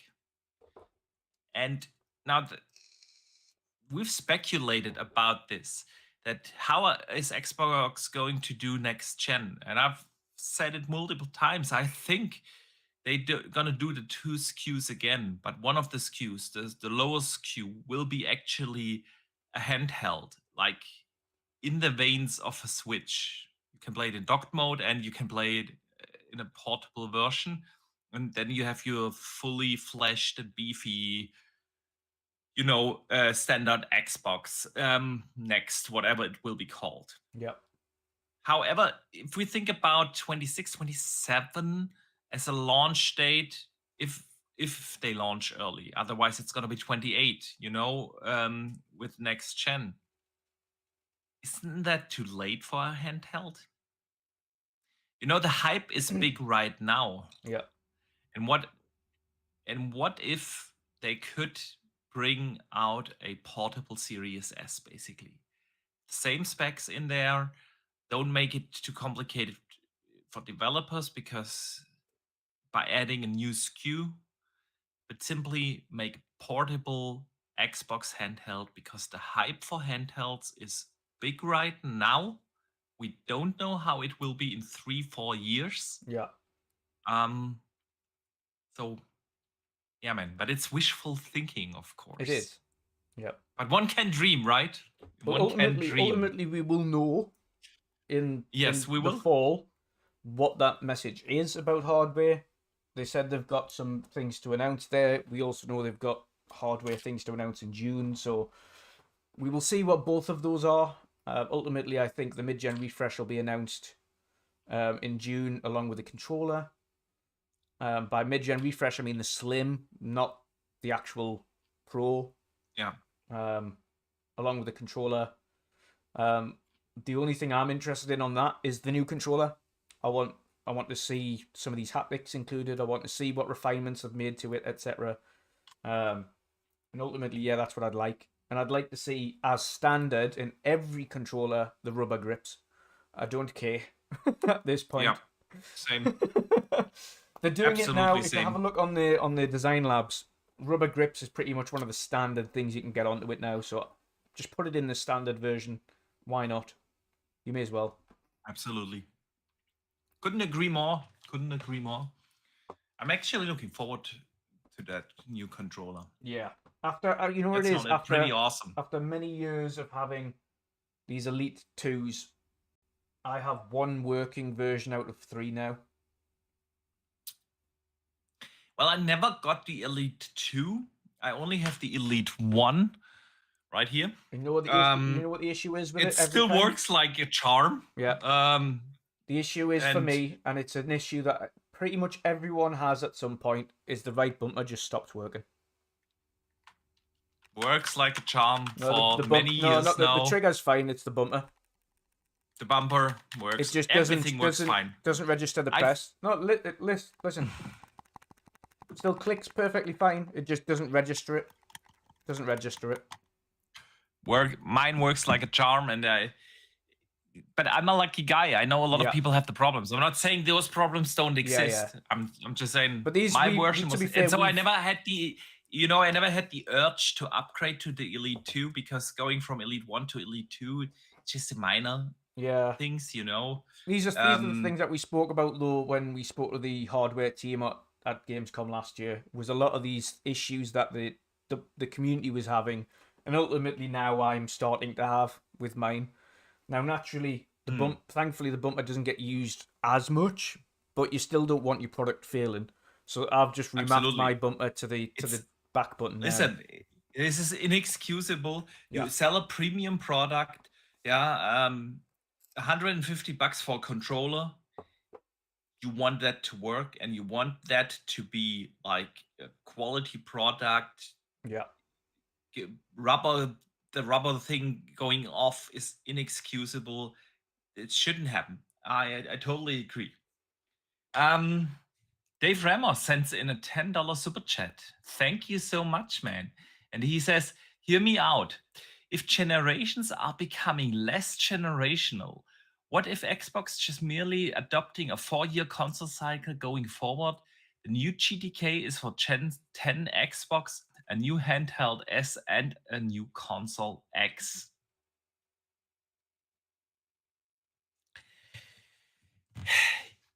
It would be awesome. Like, literally, if they get to this point where they can have like a 4-year cycle and actually make substantial leaps, cycle. I would love that. But they would completely need to change the way how consoles work today. That's the problem. They would have to basically have a PC base layer, where you are not bound to certain architecture, a certain generation, and specifically have to develop your code for a particular hardware set. Yeah. Because the public is not going to adapt to a 4-year cycle. It has to be optional. You can't have like quadrillion GDKs or SKUs out there that developers have to optimize for. So what you would need to do in order to get there is to basically have a PC base layer underneath where you can develop your software hardware agnostic without optimizing for it in specific, and so that games can scale across these technologies. But I would love that. We wouldn't have to talk about mid-gen upgrades. We would simply get every 4 years, if you want to, a new hardware, and you can have higher settings, better frame rates, and whatnot. I would love that. And I love, by the way, that he also put in the Xbox handheld SKU, because I know he loves the LA just as much as I do. But he's also in the problem right now. If you are a console gamer, you have a third-party problem when you want to get one of those handhelds. Yeah. I debated with myself with every game, where do I buy it? Do I buy it on the console where I prefer to play my games, or do I get it on PC so I can play it on the LE, on the handheld, And if you have a native Xbox solution, that completely solves it, because it's play anywhere. It's play anywhere then, and then you can simply the the third-party games you buy on your console can be played on the handheld. I would love that, man. Yeah. So where are we? We are looking at the results of the poll. We asked, what will the PS5 Pro price be? And actually, quite a lot of people voted for 600. That seems to be most people's opinion. 600 won with 52%. 650, 26% said that. Yeah, that would be my guess as well. 10% say it's going to be similar to what we have now with 550. And 10% say it's 700 or more. Interesting. So somewhere in between 600 to 650. But yeah, man. Anything you want to add to this speculation about Xbox hardware rumors? No, I think I've covered what I think will happen. Good, man. Then let's move on and let's talk about a couple of other things. Game Developer Conference happened. Very tech heavy. I told you we don't have many topics this week. Yeah. But we have good ones. Yeah. So, guess what, Dutch? Yes. One of the big things at GDC 2024 was AI. It was. But besides, of course, a lot of tools to create games that utilize AI, like texture generation and stuff like that. A couple of things have been shown off, especially from Ubisoft and Microsoft. In-world AI is the buzzword of GDC 2024.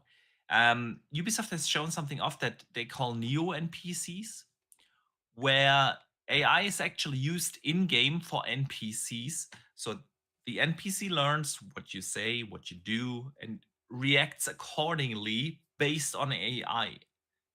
And I love that implementation. Microsoft has shown off something very similar with Xbox Narrative Graph Tool, where you as a player can actually say something to an AI, and the AI reacts accordingly to what you've been doing or saying. I love that. I think that is a fantastic implementation of AI in games. They've actually because they've been the thing is if you've been playing Skyrim on PC, there's a mod at the moment that includes this. I mean, it exactly. does significantly increase the replayability of games when you've got AI that reacts specifically to what you're saying, as opposed to just generic lines. And that's going to massively. That's where AI will come in and really revolutionize role-playing games and revolutionize open-world games. Not so much linear, of course, because it doesn't really have so much of an effect. I think the thing in linear where it would be interesting, it was just the fact that we'll probably never, like the AI characters that you meet around these certain sections, will just say something entirely different every time as opposed to a scripted amount. And it's going to also work in tandem with actors, because actors will essentially go, okay, yeah, you can use my my voice in order to create this. I will say these terms into it. It will learn my voice, and then of course you can use that voice to do whatever scripting it needs to do or react to. So you'll get a good tandem there with the AI voice stuff of getting the actors involved in generating a believable voice for the AI, and obviously they get paid, but then also having realistic AI that are going to react in a natural way to scenarios. See, I totally agree. I've seen also a lot of negativity around this. because people are, oh well, then the lines will be generic and all the writers will lose their jobs, and you know what kind of negativity surrounds that. Hey, that is how technology works. We get a new technology, mankind will learn to use it, and people will, yeah, um, still be necessary to make games. And I think with a lot of these open world games these days, we see so much generic stuff because it's simply almost impossible to write millions and millions of interesting lines. There are very few examples out there that excelled at that. CD Projekt Red being one of them, for instance. But um, a lot of those open worlds feel very generic, and with a tool like that, when NPCs actually are not following a pre-programmed algorithm, but act naturally, instinctively to what you're doing, what you're saying, how you behave in that game, I think that has the potential to really bring believable living worlds into gaming. Yeah. On a totally different level. So yeah, I see the concerns, I get the concerns about people losing their jobs and so on. But the technology in itself, to me, sounds promising. I don't know how you feel about that. It does. It does if it's implemented in a non-nefarious way. It sounds very promising. It ultimately boils down to which developers use it for what, and if they use it in the right way, where it counterbalances the human side of it alongside AI, then it will Yeah. be fine. There's going to be instances where it isn't, and of course, at that point, we'll have to speak up about it. But the technology in the right hands, in the right way, can really accelerate gaming. It really doesn't mean that the entire story of a game is generated randomly by an AI. Yeah, it wouldn't make much sense if you've seen some of the jargon AI comes out with. Yeah. Yeah, It exactly. would just, you would be like, what is going on here? Like, I really don't understand what's going on in this world, because a lot of if the AI was left to just generate a script, it wouldn't make much sense. Yeah. Yeah. I agree. Another thing that AI this- doesn't, what I want to add to that, another thing that AI can never generate or replicate is general human empathy, Yeah. human emotions. No matter how much it tries to replicate it, it doesn't really generate that. And I don't mean just in the voice. I mean in the way that scripts are written by AI. It doesn't. There isn't an emotive behind it. So you Getting to a climax in a certain story and playing with pacing and all those kind of things. Absolutely.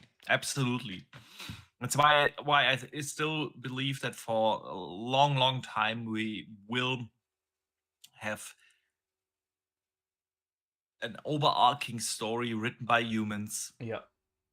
but it can enhance the way how we interact with NPCs, the way how side quests are handled, the way how the world, the NPCs behave in a game, and I'm excited for the future. I want to see where this technology goes, and what the gaming worlds will look at like if they use that properly. So besides AI, in-world AI, Unreal Engine had a showcase, and they shown off Unreal Engine 5.4. Actually, before we move on, I want to give a quick All right. funny shout Sure. out to Marion, with his 29-month member chat, who's obviously written this with AI because he said, "Don't remember to like, share, and subscribe." So everybody, please forget. Yes. Please simply forget. But shout out to Marion, Yes. man. Absolutely. So where were we? Yeah, Unreal. Unreal 5 .4 is actually coming 5.4.4. out. Yeah. Yeah. And besides the fact that Unreal 5 actually gets quite fast-paced upgrades, it took Unreal Engine 4 many, many, many years to get to Unreal 4.2. And Unreal Engine 5 now being out for, I want to say 2 years now, already being at 5.4. They're working on that, man. They're working on that engine. This one was actually exciting for console owners, especially. They've reduced the GPU time by 25%. As they've shown the city sample that is included in Unreal running on console, and 25% improvement there. Which I like to hear, because a lot of the Unreal Engine 5 games we have seen now really don't run that well. Yeah. It's a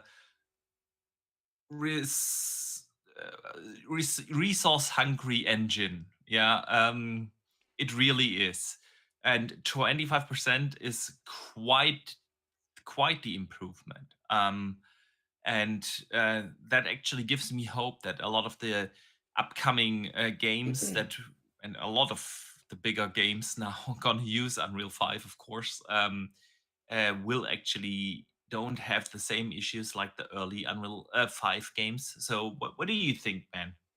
Yeah, fingers crossed, because ultimately we won't know until we see it. Absolutely. But fingers crossed. The games that are in development now that are using Unreal Engine 5 before they release will see those benefits. Hopefully, it's not too late in the day for Hellblade, which releases in 2 months, to get those final tweaks to be able to make that game perform better using Unreal Engine 5. And they're able to implement those performance upgrades within the game by release. But ultimately, yeah, it bodes well for more future titles. As we know, Unreal Engine 5 hasn't had the greatest of starts to its launch, despite having an abundance of essentially generation-defining features in that are involved in it. We've seen multiple showcases showing things that would ultimately redefine what we know as gaming, have been hindered by a severe lack in performance on the engine in itself. Ultimately, we want to see what they've shown is capable in that engine, but also translate that into performance.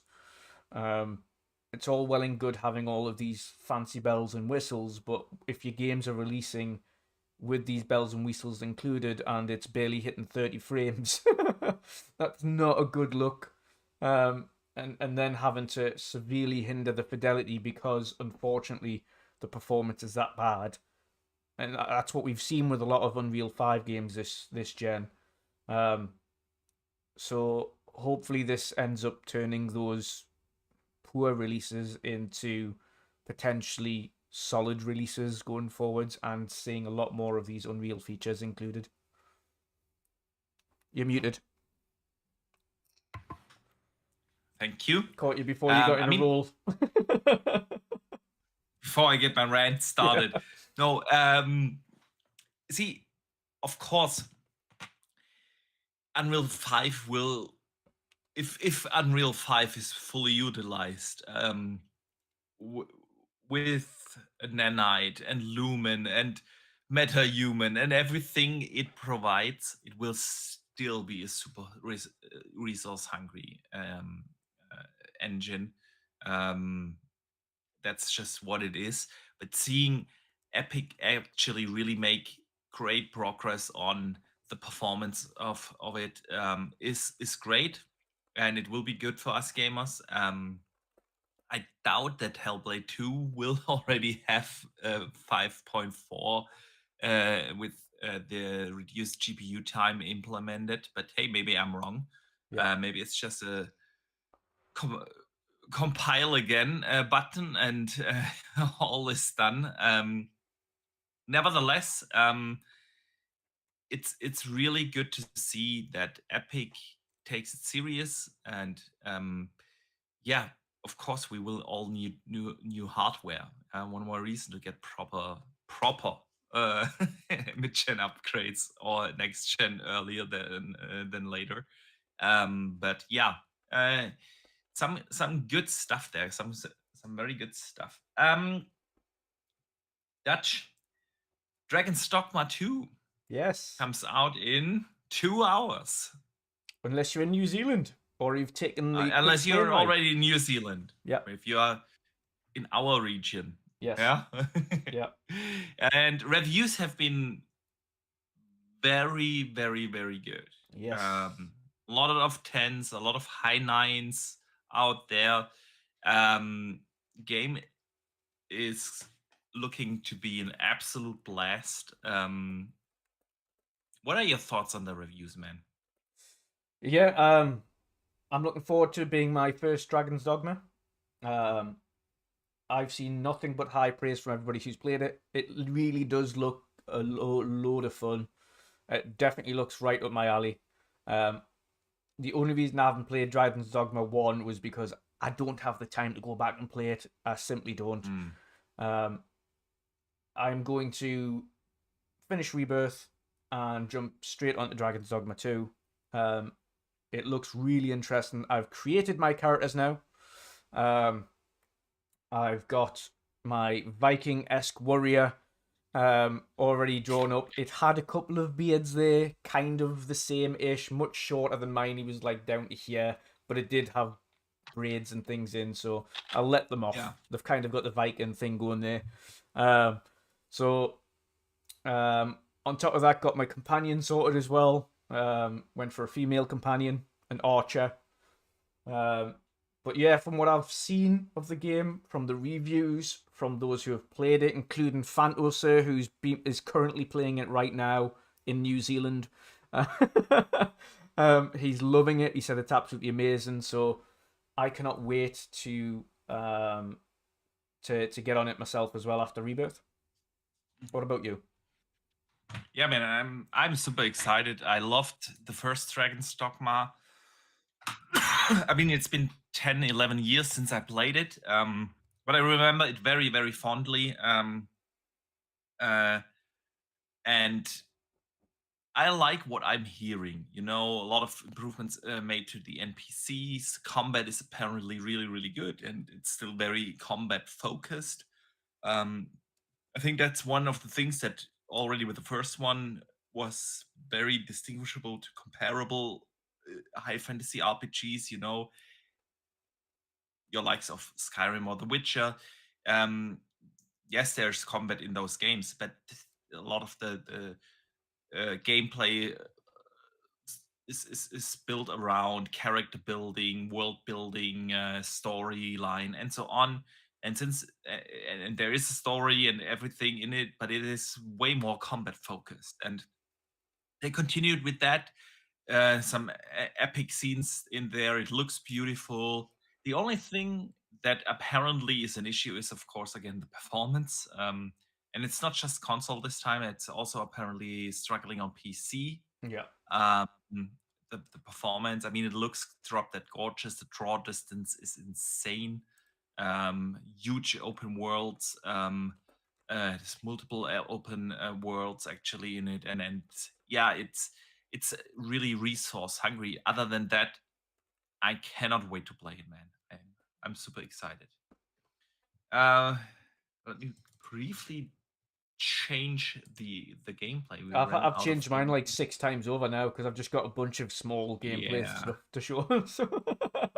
So All right. I haven't had the chance to record anything new, so people got Sandland first. They've had a bit of Flight Sim. They've now got some Ghost Recon Breakpoint. So Sweet. Sweet. We are now looking at some Banisher gameplay. All right.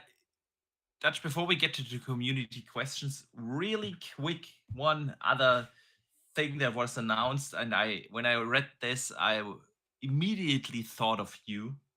Hellblade 2 is getting photo mode. yes, did you see? Did you Yes, see? I did see. Wow. Wow, that fourth image is insane, by the way. They all look great, but that fourth image where it's a Yeah. super close-up of the face and their eyes with the person in the background just looks phenomenal. Absolutely phenomenal. And the good thing is, and the people are just like, that is insane level of detail. But if you've had a look at the level of detail that was in Hellblade 1 in the limited amount that they had, and the photo mode that you got with Hellblade 1, the difference between the gameplay and the photo mode was non-existent. It was exactly the same. Like, they didn't change or alter anything for the photo mode. So ultimately, these are screenshots of the game in game.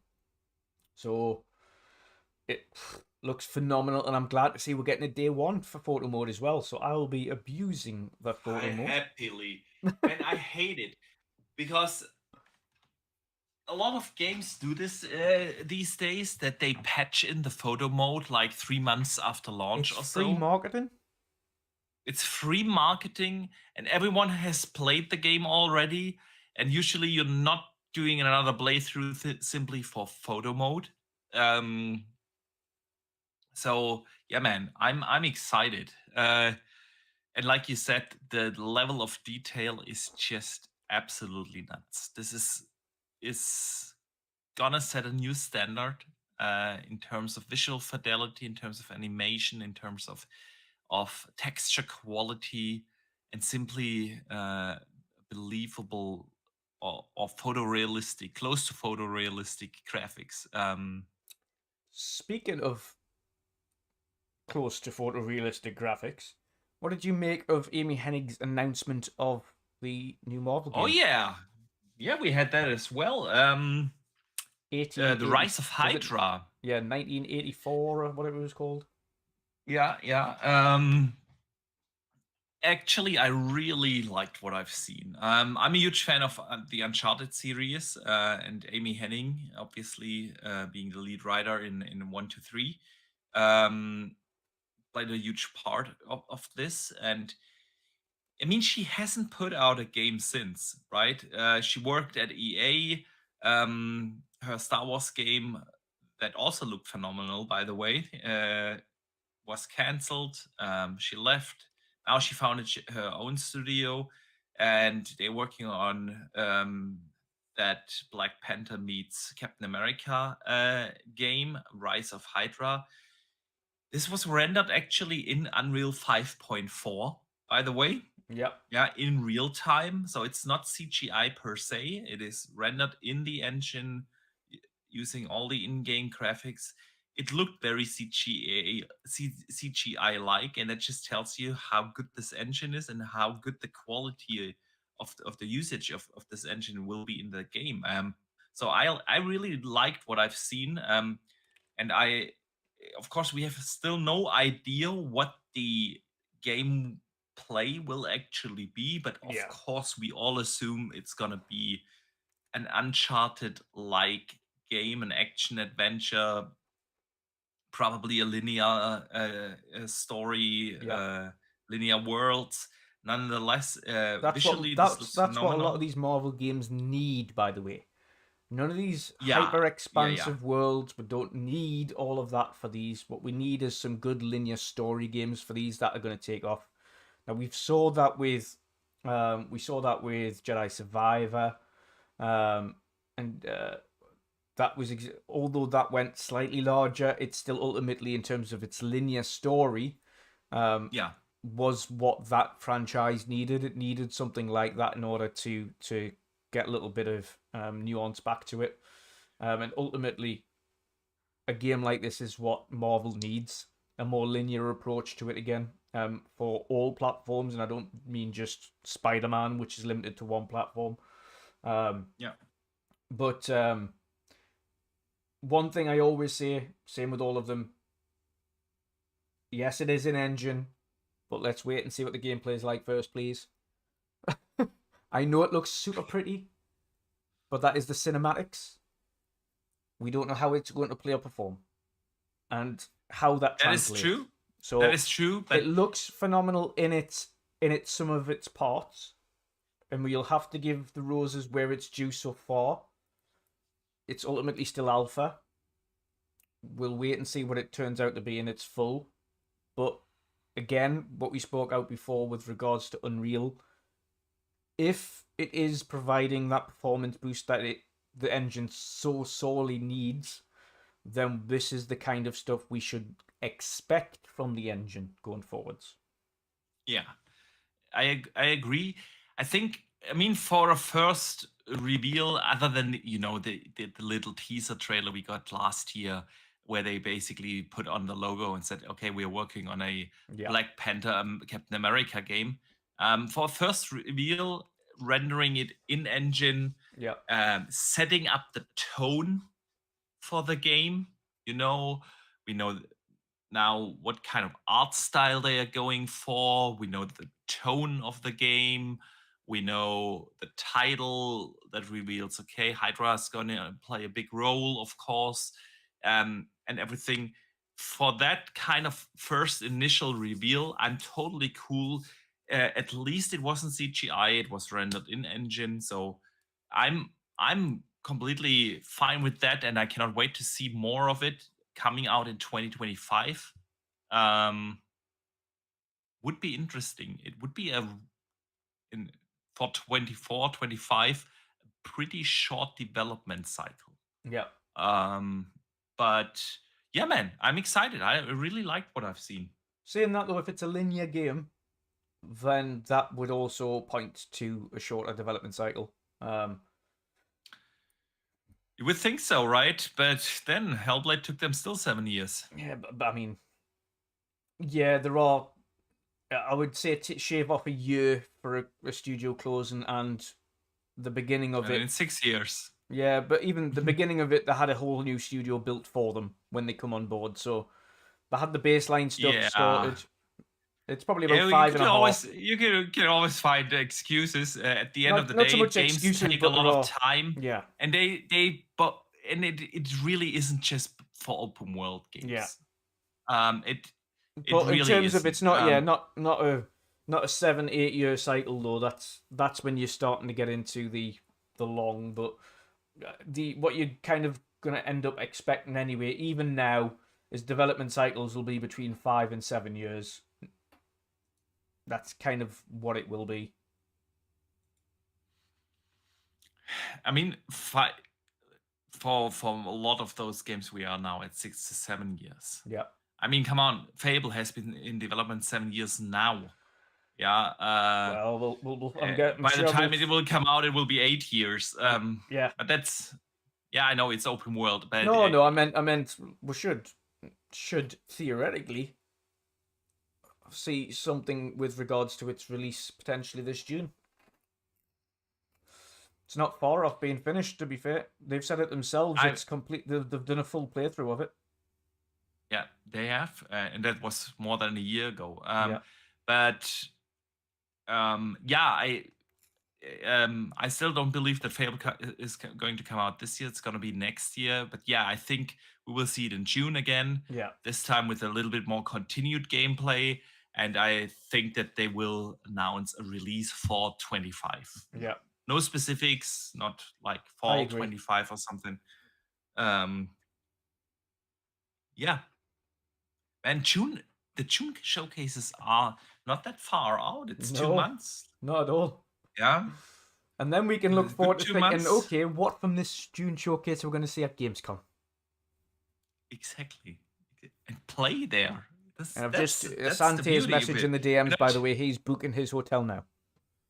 Oh, nice. I think he's booking ours, so... That should be awesome, man. Yeah. It's gonna be legendary this year. So yeah, the beauty of Gamescom is you're not just gonna see all those games, you're actually gonna play all those games. That's cannot wait for Gamescom. Yeah. Dutch, let us get to the community questions because we have a ton of them this week. So where are my community questions there? So like each and every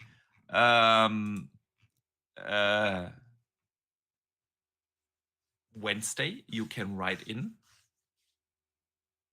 questions, topics, things you'd like us to discuss here on the podcast. You can do that on Twitter. You can do that here on YouTube.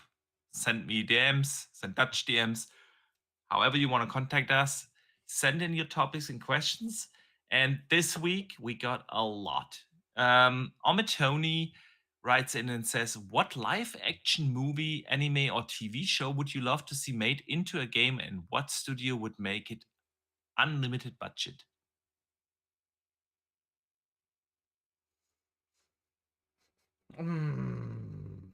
I have two, actually. I have two.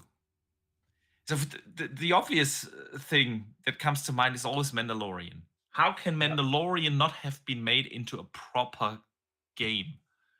And I would love to have Mandalorian as a true RPG, because I feel like the Mandalorian universe would absolutely be awesome for an RPG. Yeah, it would make sense to be able to upgrade your armor, your weapons, everything. It would make a lot more sense than in a game like Jedi Survivor, where you are a Jedi, right? And suddenly you walk by a temple and learn new moves. But in Mandalorian, you go out, find new pieces of metal, craft them into the next armor, and it would just make sense. I would love that. That's the one thing. And the other thing is, why the hell have we to this day not gotten a proper Game of Thrones video game?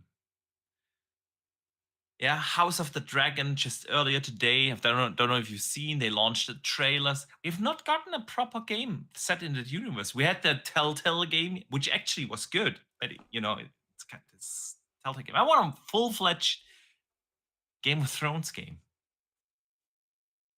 or in that universe. You know what I mean? Yeah, that's fair. That's fair.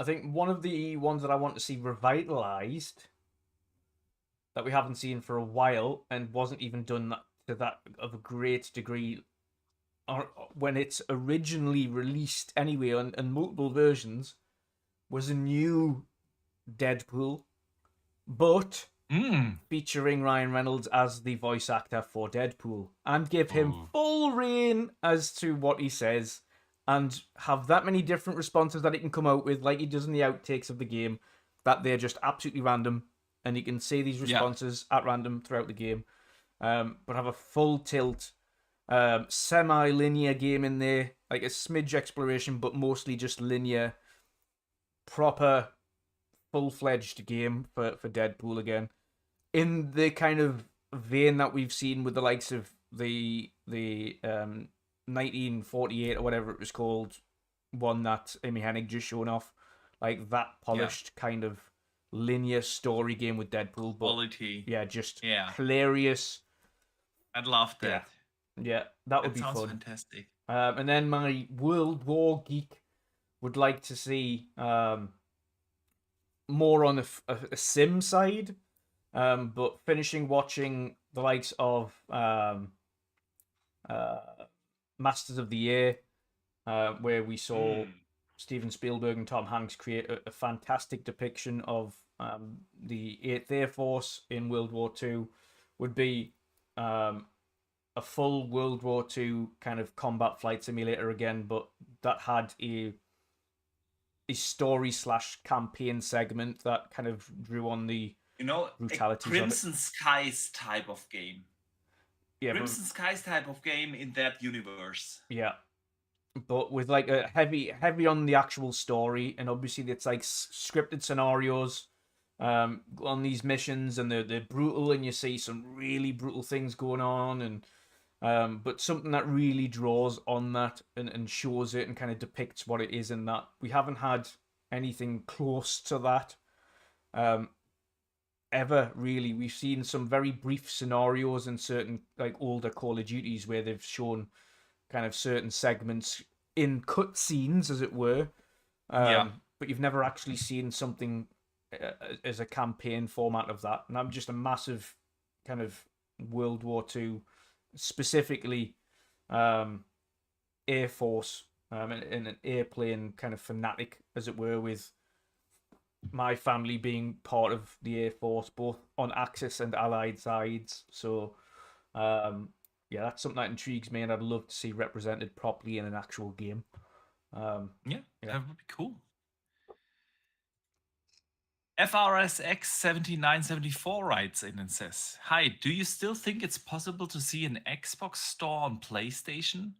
Android and iOS was also closed systems with exclusive stores. Android and iOS are now open for competition in the EU, and Microsoft is going to open a store. Is it so different than consoles OS, while iPhone is a console for Apple Play and ray tracing capable?" It's always a possibility, but there's one big outlier. PlayStation and Xbox will not want to further. I would say, I mean, Xbox would, because they don't really care. Money is money to them. But PlayStation won't do it because they don't want to dilute their profit margins as Of course, but Apple also doesn't want it. Neither does Google. I don't think it will happen soon. Yeah. But hey, who knows what kind of regulations will come in? Like I say, I don't think it's down to the regulations. I think it's just... What is the difference? Yeah. What is the difference in between Apple iOS and Xbox PlayStation? Yeah. They provide a hardware and have a proprietary platform, and they sell exclusively out of their store products on there. It's the exact same thing. Like I say, I don't think it's down to regulations per se. I think ultimately it'll just boil down to what cut, and they'll be arguing over the cuts of sales and things like that. That's ultimately the bottom line. It'll happen at some point, but that's what it'll boil down to. That's exactly what the regulators did. They intervened and said, okay, hey, it's not okay that Apple is the only store where you can buy that, and you need to be able to provide other or allow other stores on your end. And yeah, boo-hoo, you're not gonna make the money out of this. Yeah. And I think that the difference is that compared to the mobile market, there are billions of iPhones out there, and there are a few million consoles out there.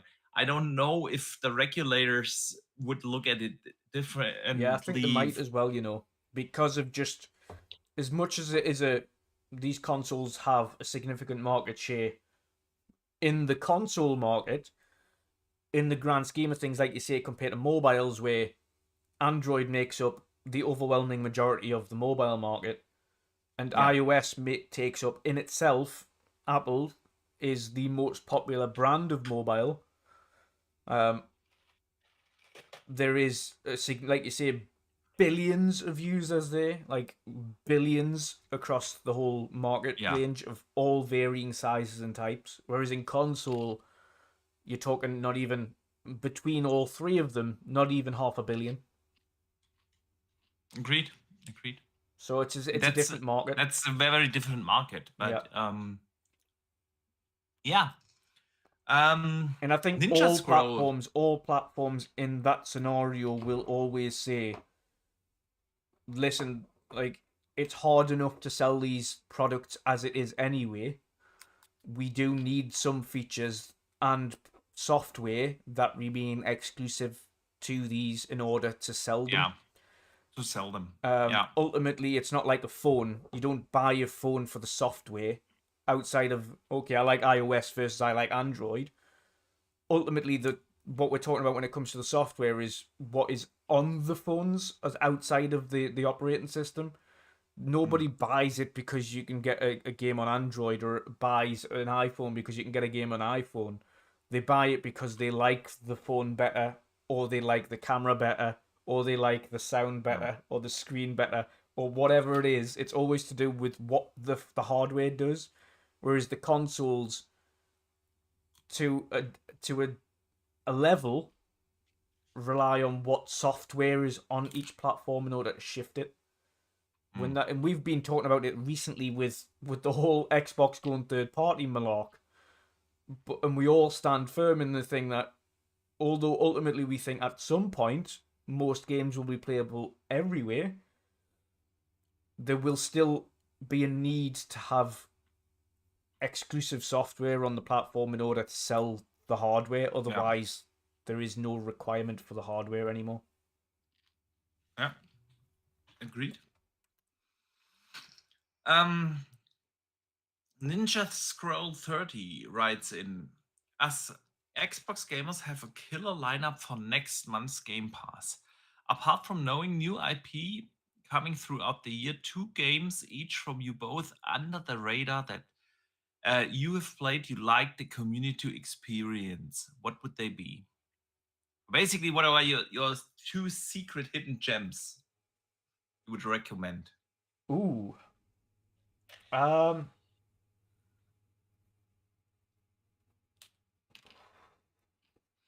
See, that is a tough question because games move in and out, and Yeah, and what have you hidden gems is recently ones that a lot played? of people haven't heard of, or haven't had a chance, not specifically haven't had a chance to play, because a lot of people have heard of these games. Yeah, It's not necessarily a hidden gem. An upcoming hidden gem that I can't wait for people to play is Towerborn. But I think that's it. I'll leave it there. An upcoming hidden gem that people will love to play when it is arrived, that I don't think will get the love it will likely deserve, will be Towerborn. Because a lot of probably. these Yeah. AA indie-ish titles get overlooked. There's a lot of indie titles that I think will get overlooked, to be fair. But yeah, I think it's I could list mountains of indie titles that I think are hidden gems. Absolutely. I can't put in hidden recent gem memory, in, Shazam was incredible. Yeah. There are many out there. Gally the Epirus writes in and says, "Welcome back. Yeah, thank you. We have missed last week's show, unfortunately." Question: 007 James Bond has recently been in the news again with speculation about who will be the next Bond. If you were a secret agent, what would be your most sought after gaming related secret, and what spying techniques would you adopt to discover the secret? So for me, it would probably be, I would love to spy on Microsoft and Sony in their hardware departments. I would love to know what actual new systems. I love technology, so I would love to spy on those in those departments. See what is the next Xbox, the next PlayStation, and so on. Yeah, my thing for that is that I think they, to a point, they're very forward in talking about the technology in these things these days. With the Game Developer Conference and all of these things, a lot of their hardware stuff is spoken about in depth. So I think that's a bit different these days. For me, it would just what all insiders would love to have, and that is the ability to look at the entire portfolio of games that they've got for the entire generation. Okay, what have you got? What have you got? All of them. Let's see what you've got. What's in the works? All right. Get the entire lineup. Yeah. So Fantasur writes in, with the PlayStation 5 Pro specs being all but confirmed, will it be enough to make any real difference in new games performance as it's still so lacking in the CPU department? So I think we covered that earlier. And would just refer to that. But thank you for the question. Desi Baby, our pineapple loving brother from the UK, writes in. My question, Boxer Shorts, do you class a playthrough without doing side missions or anything else in a game a full playthrough?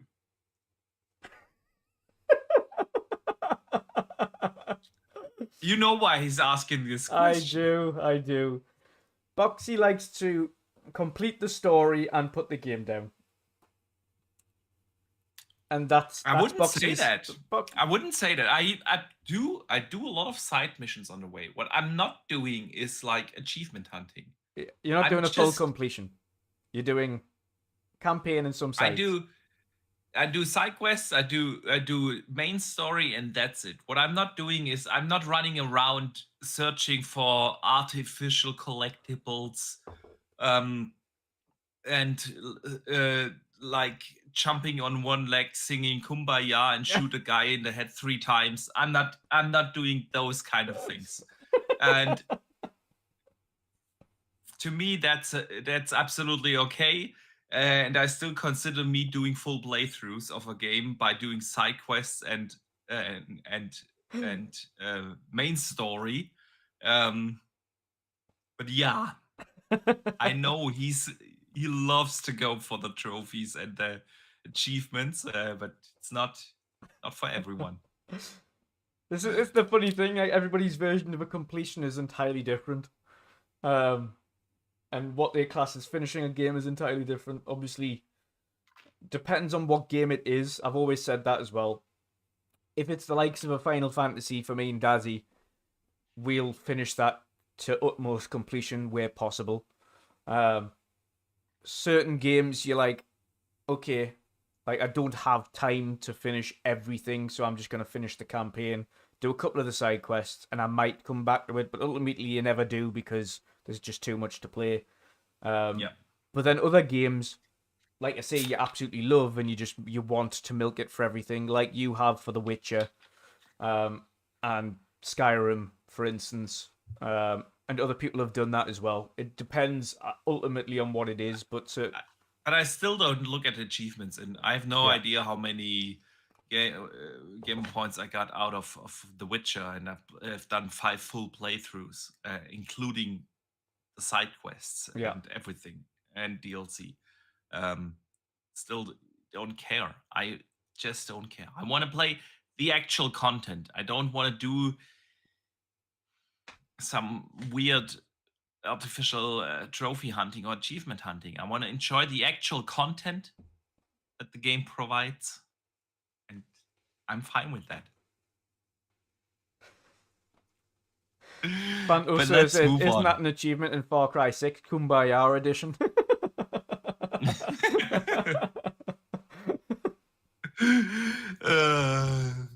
Clute sends a question and asks, choose either next gen Xbox launches in 26 but no Elite upgrade, and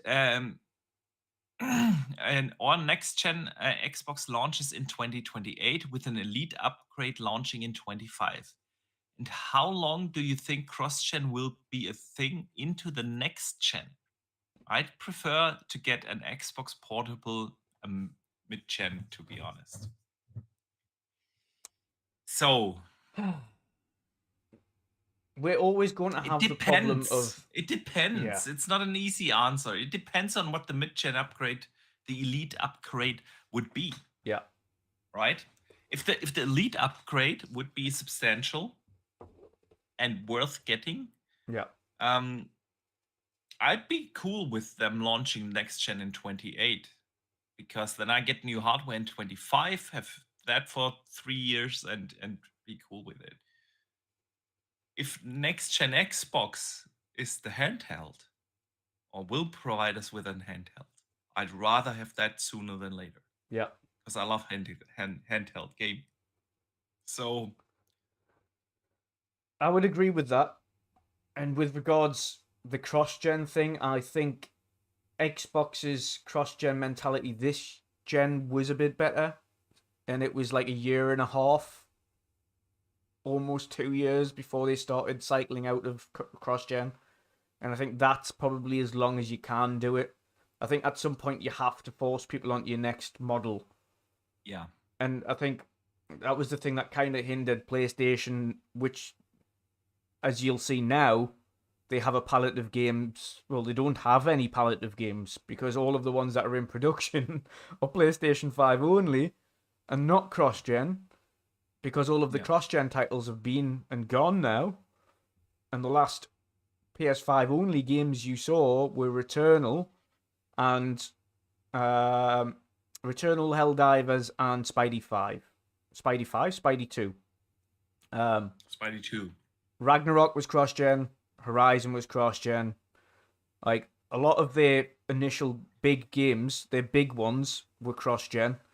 Including GT7, that was cross-gen. I mean, it was the same. Well, for Xbox, well, It you could was, argue but- they didn't but have they've- any games in yeah. 2022, but they kind it of took went through us- their painful cycle in 22. Yeah, We're now seeing the next gen only titles this year, whereas PlayStation 5 have got the problem of their painful section is this year and next. And granted, they've got Yeah. third party exclusives to back it up, second party exclusives to tide them over for the minute.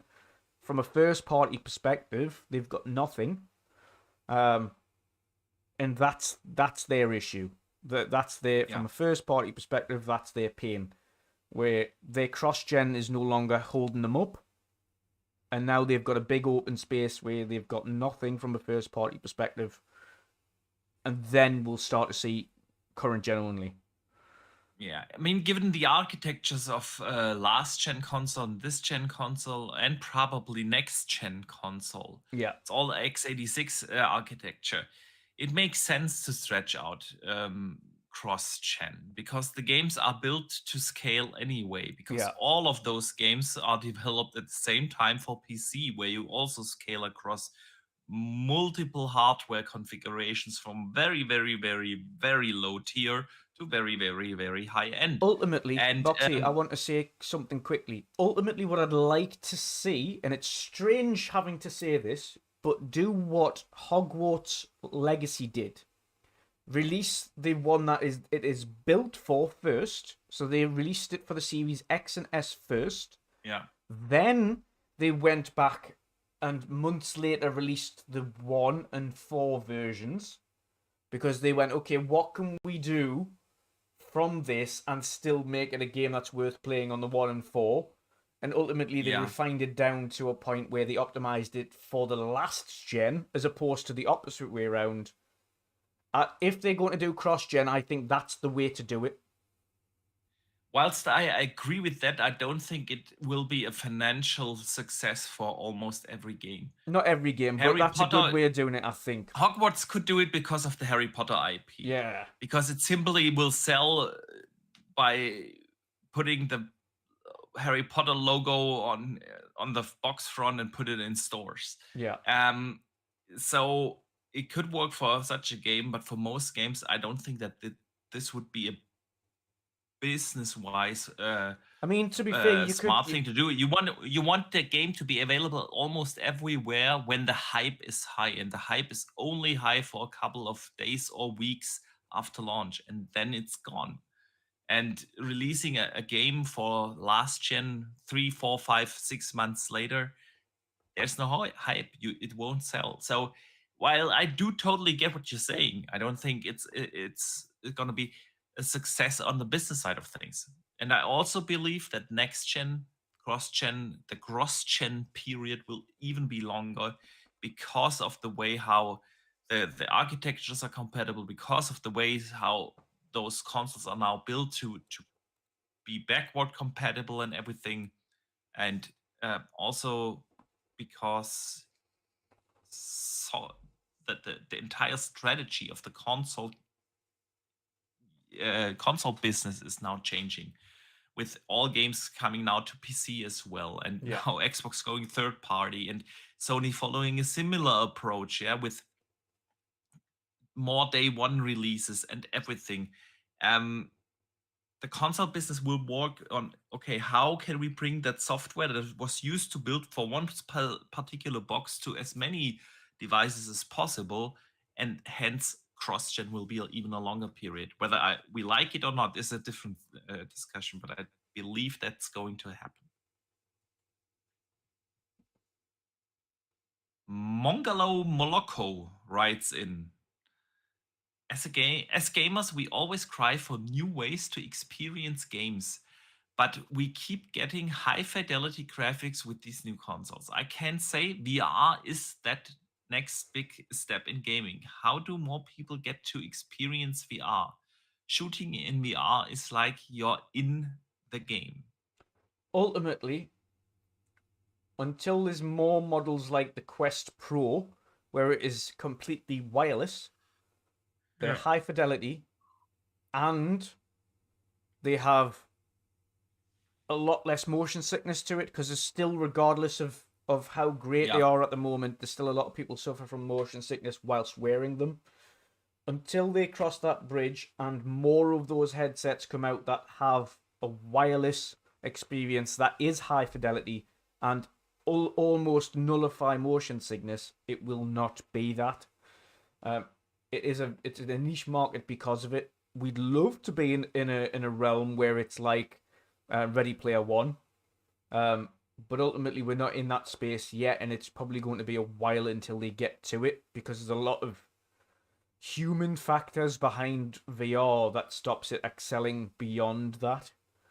And that's ultimately kind of an issue that only time will tell how they end up nullifying that issue and correcting it to a point where more people will adopt it.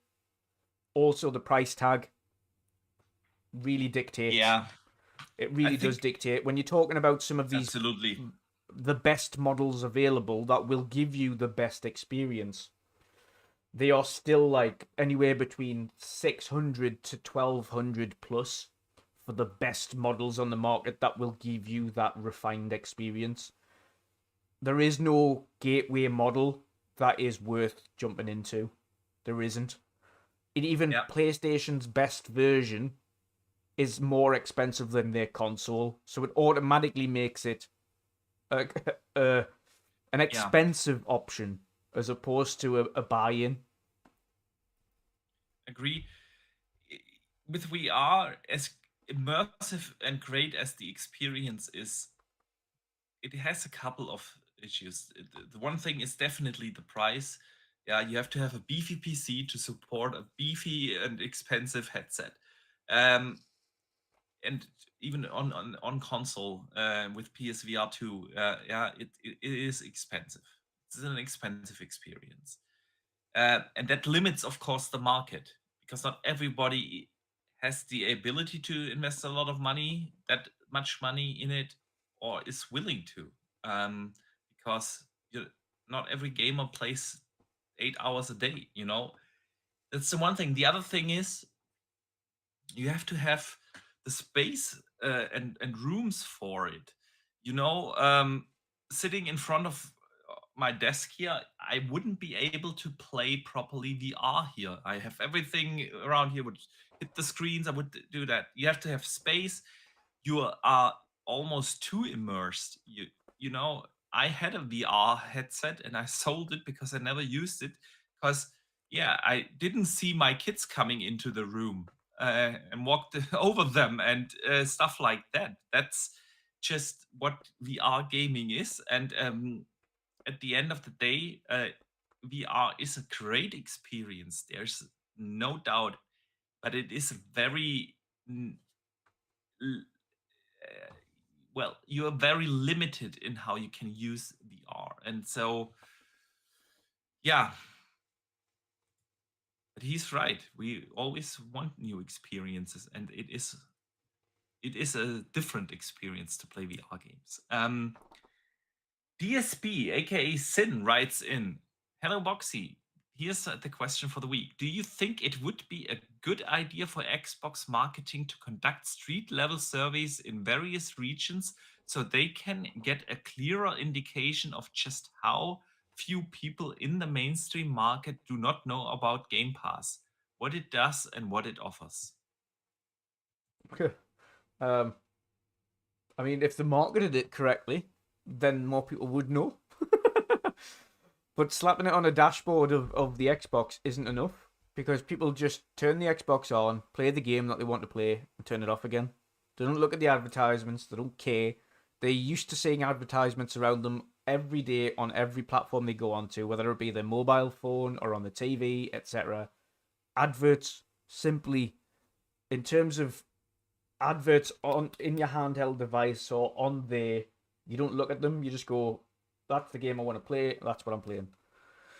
Exactly. The issue is they're not marketing it the way they should be. Like, ultimately, what they should be doing with Game Pass is, like, in front of, like, Paramount's Halo TV series, is there any mention of Xbox or Xbox Game Pass? Do they have any advert after it or before it? Is there anything that integrates Xbox to that? No. If there's ever something that's going to release in the cinema, for instance, you have targeted advertisement. So if Gears of War ends up releasing the movie and that goes into the cinema, you need targeted advertisement of Xbox Game Pass beforehand that specifically shows the Gears of War game. We've mentioned it before, but Game Pass has a problem where they try to show off too many things on Game Pass and not just a single item. With Call of Duty going into the Game Pass subscription at some point, what they'd ultimately need to do is say, like, Game Pass, you can play Call of Duty day one on Game Pass, and then just really emphasize just Call of Duty, and they'll be like, ooh, what's Game Pass? I can play Call of Duty on it, but what else does it do? And that's the intrigue behind it, as opposed to going, you can play Call of Duty and Forza and Halo and Gears and because then it just becomes just like a QVC selling point, and no one really pays attention.